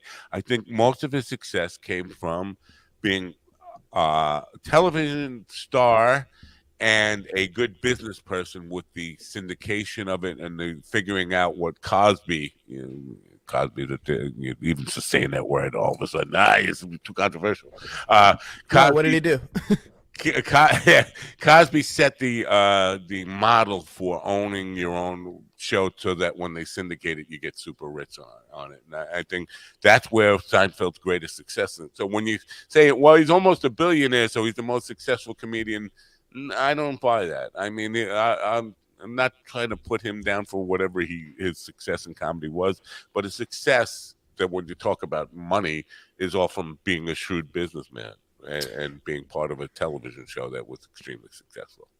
Yeah, the rock star selling out stadium comic it is interesting, like Dice and Kinnison, because they were like, I think the only two people really doing that, but I think it's because they were rock stars, right? Like they were doing stand up, but they were doing greatest hits. Right. You know what I mean? It's bizarre, and people loved that shit. But I think people were just going to see the entity, not really the material necessarily. I do think without Seinfeld, you wouldn't really have the Kevin Harts, I guess, but yeah, I mean, it is different. It's a different ceiling now. You can take it further now, and you can, I don't know. I think the way to do it is to build yourself up as a stand-up comedian and then kind of transfer over. But I think a lot of times guys are doing both, and then they start acting, and then their acting career blows up, and then they just start touring stand up and put out a special, and it's always pretty bad. Almost every time it's bad. Right.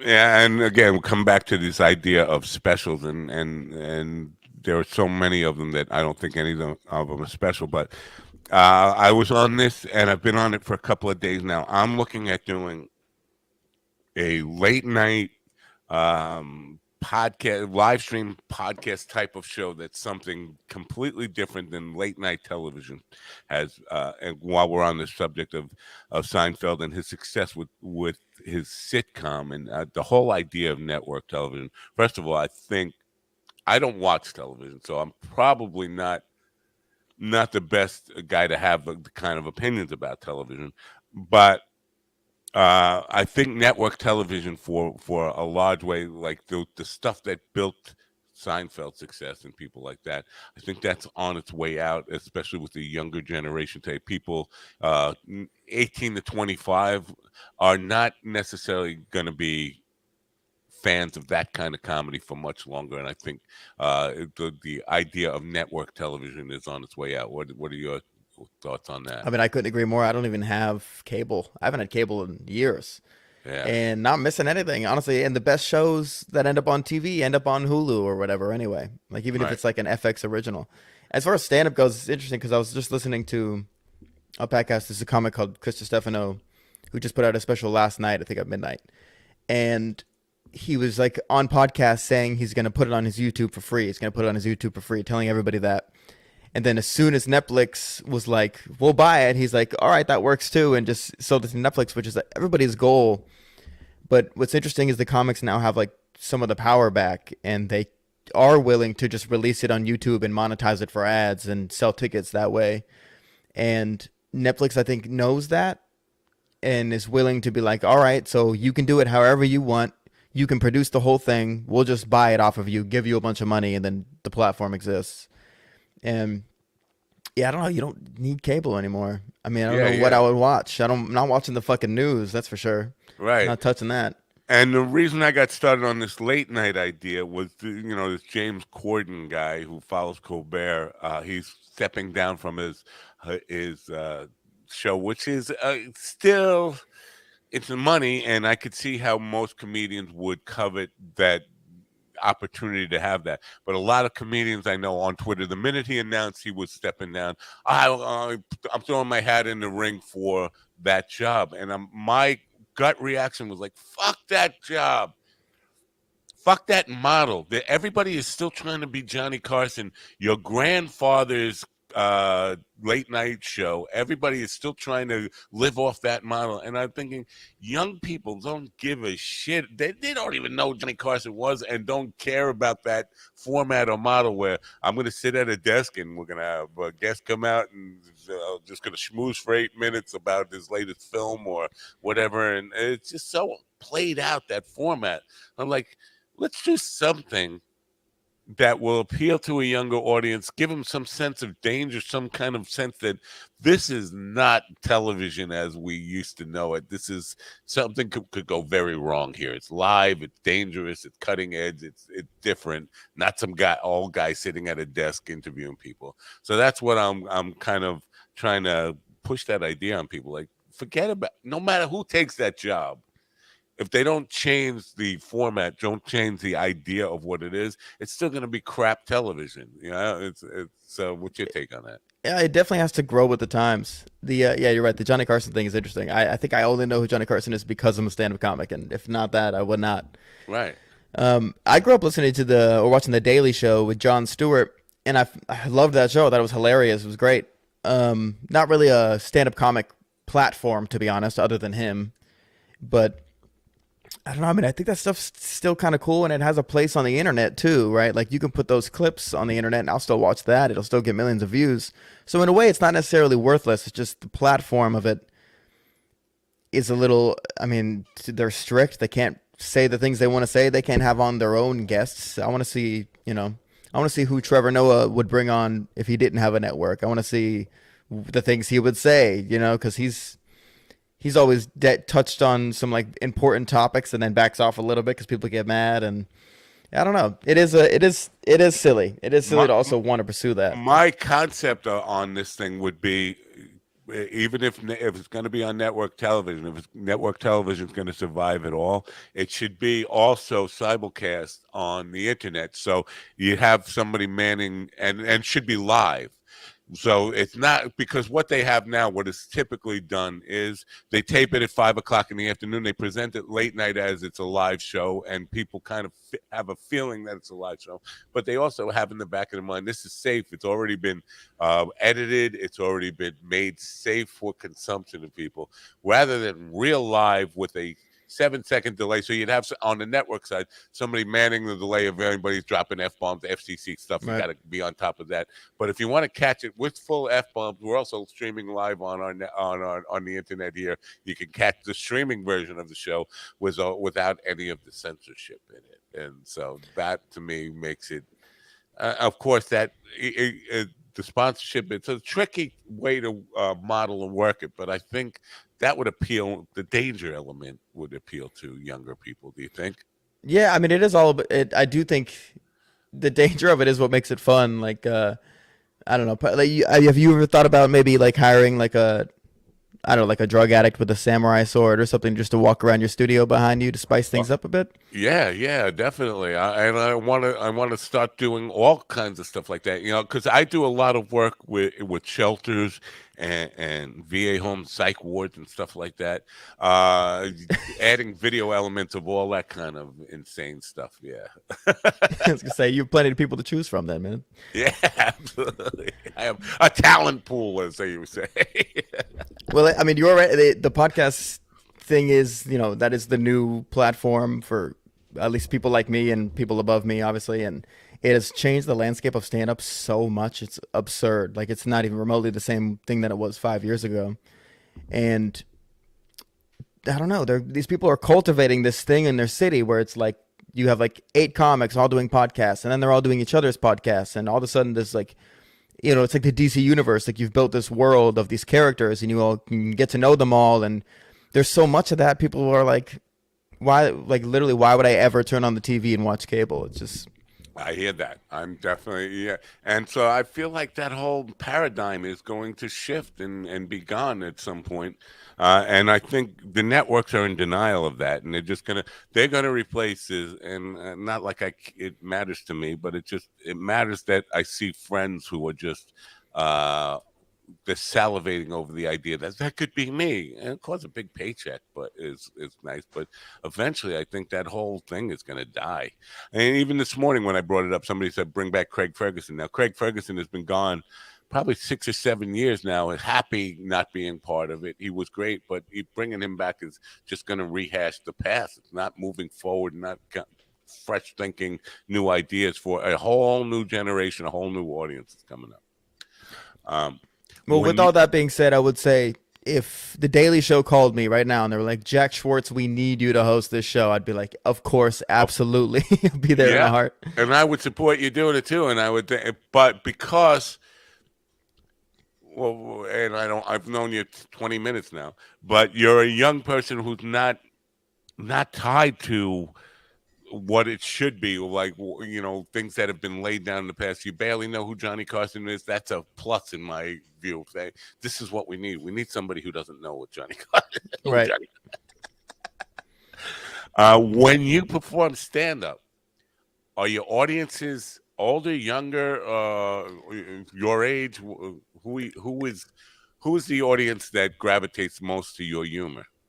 To my humor, I would say it's the same like 27-year-old white guy with a beard, but realistically, every audience in DC, I mean, it varies, but I would say split men and women 50-50, and probably ages like 25 to 35, and you get the occasional outlier there, but for the most part, it's a pretty young audience in DC. It really is. And then if you go to just across the pond or whatever to Maryland, and the audience is now like 55 to 75, and not my biggest fans, but yeah, it seems to me comedy is not for everybody, and there are people my age, obviously my age is not anybody's target demographic anymore because they're on Social Security and like fixed incomes and stuff. But I know people who haven't been to a comedy club in 35, 40 years. A lot of people who are settled in 50s and older, even, and the majority of people who are comedy fans don't go to see live comedy all that much. So there's a big difference when we're talking about specials and live comedy here.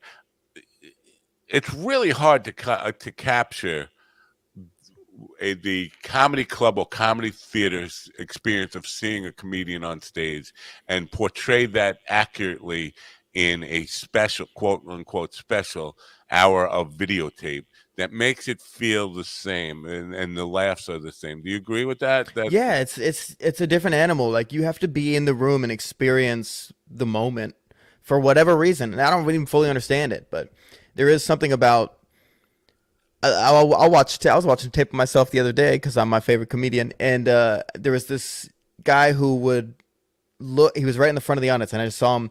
He would look over, and everybody else would start laughing, and then he would be like, "Oh, I guess it is kind of funny." And then by the end of it, he's laughing his ass off. And there's something to be said about like a whole room laughing at the same time is funny. Like it just makes it more fun. So everybody's having more fun, and that's what stand up really is. It should only exist in that moment. Obviously, we have to monetize it and get it out there and that kind of thing, but it should only exist in that moment. That is like its prime is when the comic says it on stage and you're in that room. That being said, some specials I'll laugh my ass off in my living room watching it, but most of them not really. Especially the big if you're doing like a what am I trying to say, like the giant like football stadiums and that kind of thing, like the Kevin Hart stuff. Kevin Hart's silly enough to pull it off most of the time, but I do think there's something weird about that because when you're in your living room and they're pausing for a 30-second laugh break, it's like, well, I'm not there. I don't feel this laugh. I'm not laughing this hard. So Right. you kind of lose it and it changes the timing of everything. It's Let bizarre. me get a beer. Right, exactly. Time for me to get a beer. I definitely, and even the specials that I really enjoy, if I'm honest, I'm not sitting there laughing out loud that much like I would be if I were in the room with them. It's just, and you're right. It's a lot of the energy, the shared energy. Other people's laughs trigger your laughs, and we're all having a good time. We're all part of the same experience. It's really hard to kind of bring that to even if you have a 20-foot television, it's still hard to get that experience, no matter how big the screen gets. Right. Still. Well, something I've noticed is that comics have gone back to filming their specials in small clubs, Right. which is great, and it does land better. It just flows better, and I'm sick of the stadiums because it's not that I highly funny. recommend The Last Shot by Andy Andrews, my friend Andy Andrews, who was shot and directed by Paul Provenza. It was done at Doug Stanhope's basically man cave in the funhouse in his own property, and basically not even in a real comedy club. But it has this weird intimate feeling to it that is unmatched in any of the recent comedy specials that I've seen. So I would suggest that. Listen, it's time for the Happy Minute. Please hang with us. Kiera is back, and I think you'll enjoy taking part in this segment. Even if you don't, please try to make it as miserable for her as we possibly can. That's what I'm here for. Oh, I didn't even play your music. Wait, let me play your music. I gotta play it.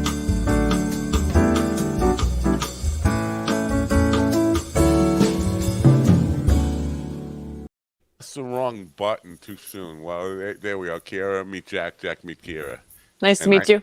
Hi, meet Kara. Jake. Why don't I have intro music? What's going on here? Yeah. Oh, I gotta work on your intro music. Here comes Jack. I don't know. Changed my mind. I don't like it Yeah, anymore. he doesn't like it. I'm not. You look confused. What are you confused about? Me? You. Yes, you. Nothing. I don't know. Hey, I'm confused now. You confuse me. Well, how's your leg? My tick bite? Yeah, your tick bite. Oh, let me look. I was thinking still about there. I was thinking about last night because that might get infected. Because you told me the way you told me about the tick bite and that you pulled it out with tweezers or something. I happened to me and it got infected. It was not a good thing. You have to use fire to get ticks off you. You can't. So I have to burn my leg. Well, it's too late now. Now that you ripped it out, it probably left some tick fragments in there. I have to disagree with you, Matt. I think that the fire causes them to vomit into your skin, I've heard. I don't think you guys know anything about ticks. That's my vibe. I know something about ticks. I know that if you take a hot shower with a tick in your skin or you burn it, it gets distressed and it vomits, and whatever disease is in it goes into your skin even more. I think you're hanging out with drunk ticks. No. No, ticks don't vomit. You put a cigarette head on them and they pull out and they run away. No. Really? Yeah, that's how you get rid of them. I believe me, we got them all over here. This is tick country. I live in the tick capital of the world. How many cigarette burns do you have all over your body? I'm like an ashtray. Wow. I'm like a human ashtray. But my wife has had Lyme disease. I've been bitten by ticks and hot showers definitely don't work. I mean, nothing happens. They don't vomit. They don't leave you, but they don't come I think off. I have one in the back of my head. It's really itchy and I can feel a bump, but I'm afraid to look, so I'll just leave it there. It's been a week. That's insane. Just let them eat. These, I don't know what to do. If I see put him a back cigarette there, on it. Yeah, buy a pack of Newports. Come on. Catch my hair on fire, be bald, whatever. Wow. Yeah. See, this is one benefit of being bald is you don't have to worry about no ticks, no fleas, no. I mean, or if you have a tick, I'll see it right away. I'll just say, Matt, you got something on your head. Tickhead, put a cigarette on your head. Yeah, I don't know what it is, but we'll leave it there for now. I don't think that's a good idea. We'll name it something like I think it's like a George or something. Yeah. So Jack, you say we don't know about ticks. There's not a lot of ticks in the D.C. area. No, you're urban. You don't know about ticks. Yeah, I'm the closest thing to a tick in D.C. I'm pretty sure that's. I knew that. Oh, okay. But Tampa, you probably grew up around some ticks, yes?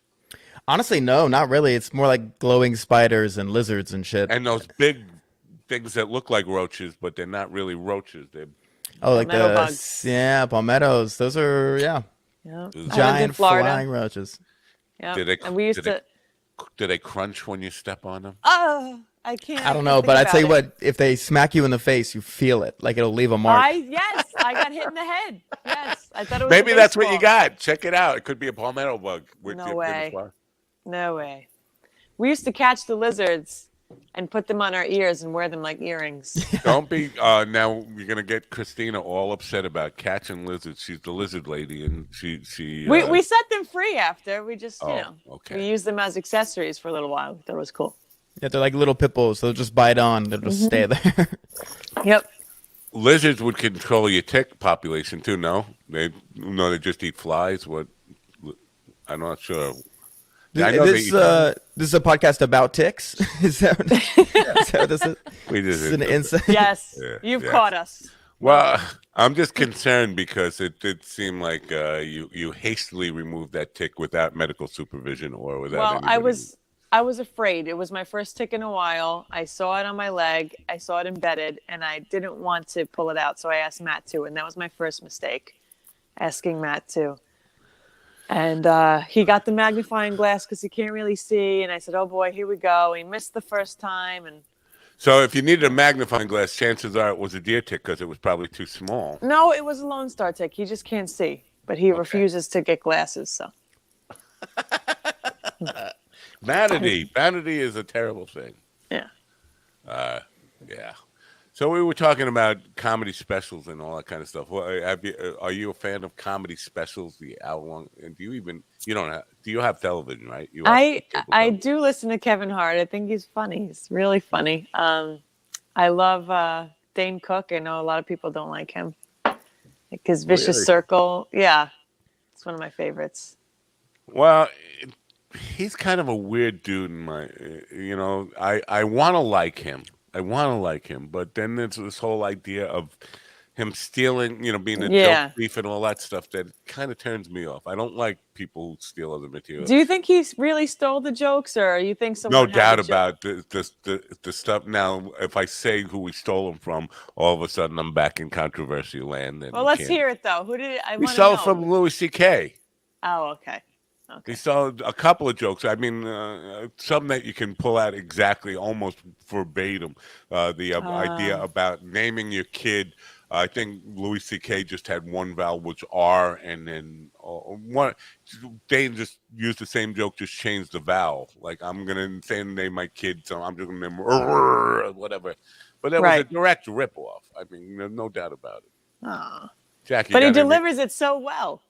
Yeah. Well, no, he definitely part of the criticism of Dane Cook is that writing is weak, but I think nobody could deny that performance and delivery and the way you personalize it and bring it to it on is part of the craft, and he does that very well. Jack, you got any opinions on this Dane Cook? I didn't know Dan Cook stole jokes. I honestly hadn't heard that. But it makes me feel better about stealing his jokes because I've been doing his jokes for the whole time I've been doing stand-up. So, yeah. All right. But the idea works. about writing versus being a good performer. Now, you can be a not so great writer and still be a good comic. Yes, and if your performance skills are top notch and being able to like that's what Carlos Mencia was. Basically, he wasn't a writer; he was a joke stealer, but he still performed them. I heard he stole jokes as well, but he cracked me up when he had his mind in Mencia. I used to watch that all the time. Yeah. No, it's to see and somebody I don't know who put up shut up and said, is that Don Silf? Anyway, he says CK forgave him. I know about that. Yeah, definitely. Oh. He had him. CK had him on his show, and they talked about. It was kind of weird on his sitcom. They wrote a piece just about addressing that whole thing, which was really awkward. It felt like reality in a sitcom, kind of all at once. Anyway. We have to move along here. Give us some happy news so we can get you out of here, and I can go back talking to Jack about comedy. Okay. All right. So this is from Fox News. I don't know if I read this. I feel like controversial for me. I got to get out of here. Fox News. Tennessee firefighters rescue a man stuck on a lift 50 feet in the air. Did I say this yesterday? I have amnesia. No. Does anybody remember? All right, I'm going to read it again. Fire crews in Tennessee rescued a man who got stuck in a vertical lift 50 feet above the ground while trimming trees in Knox County on Monday. Oh, this is old, but I feel like it was good because the property owner was cutting branches when one fell into the control box of the lift and rendered the machine out of service. Like, how sucky is that? He was stuck in the lift for 3 hours. Did he get hurt? No. No. But he's 50 feet in the air. It's stuck scary. 50 feet in the air. I would have jumped. I don't know. I looked at the tree. What was below him? Was it concrete or was it grass? Because I would jump 50 feet and land on grass. You'd break something. Even at my age, I think I'd be okay. You wouldn't. You'd break your legs. What, you're shaking your head? No. You'd definitely not be okay. For sure. I will say this. I was a paramedic before I was a comic. Well, before I was whatever I am now. And you would for sure break both legs. Almost guaranteed. Oh my gosh. I don't know. I got to give you credit for being a paramedic. I don't have the stomach for that stuff, but God bless you. That's hard. Really hard. You know who was a paramedic in New York City while he was a major rock star? David Lee Roth. Really? Yeah, and somebody he did the paramedic stuff while Van Halen was selling out stadiums and stuff. And he's a paramedic in Brooklyn, New York, and this guy's having a massive heart attack. He's unconscious, and he wakes up in the back of an ambulance. And David Lee Roth is over him. Oh wow! I just imagine that experience, waking up from a massive heart attack and like, is this real? What the hell is going on? And, I'd have another heart attack. Yeah. No. Yeah. Yeah, or just like, what the hell is this all about? Am I hallucinating? What's going on? Oh. Yeah, I sorry. think I would survive a 50-foot fall. I think you A should try 50-foot it. jump, not a fall. Like a planned, I know what I'm going to do. I'm going to roll with it. It depends on, again, the surface you're landing on. If it's concrete or if anything hard, but grass. It wasn't concrete. It was like a regular like kind of hill looking thing. Right. But no, you can't plan a roll. You're not a cat. You just plop. What are you, a gymnast? You're just gonna do like a triple vault?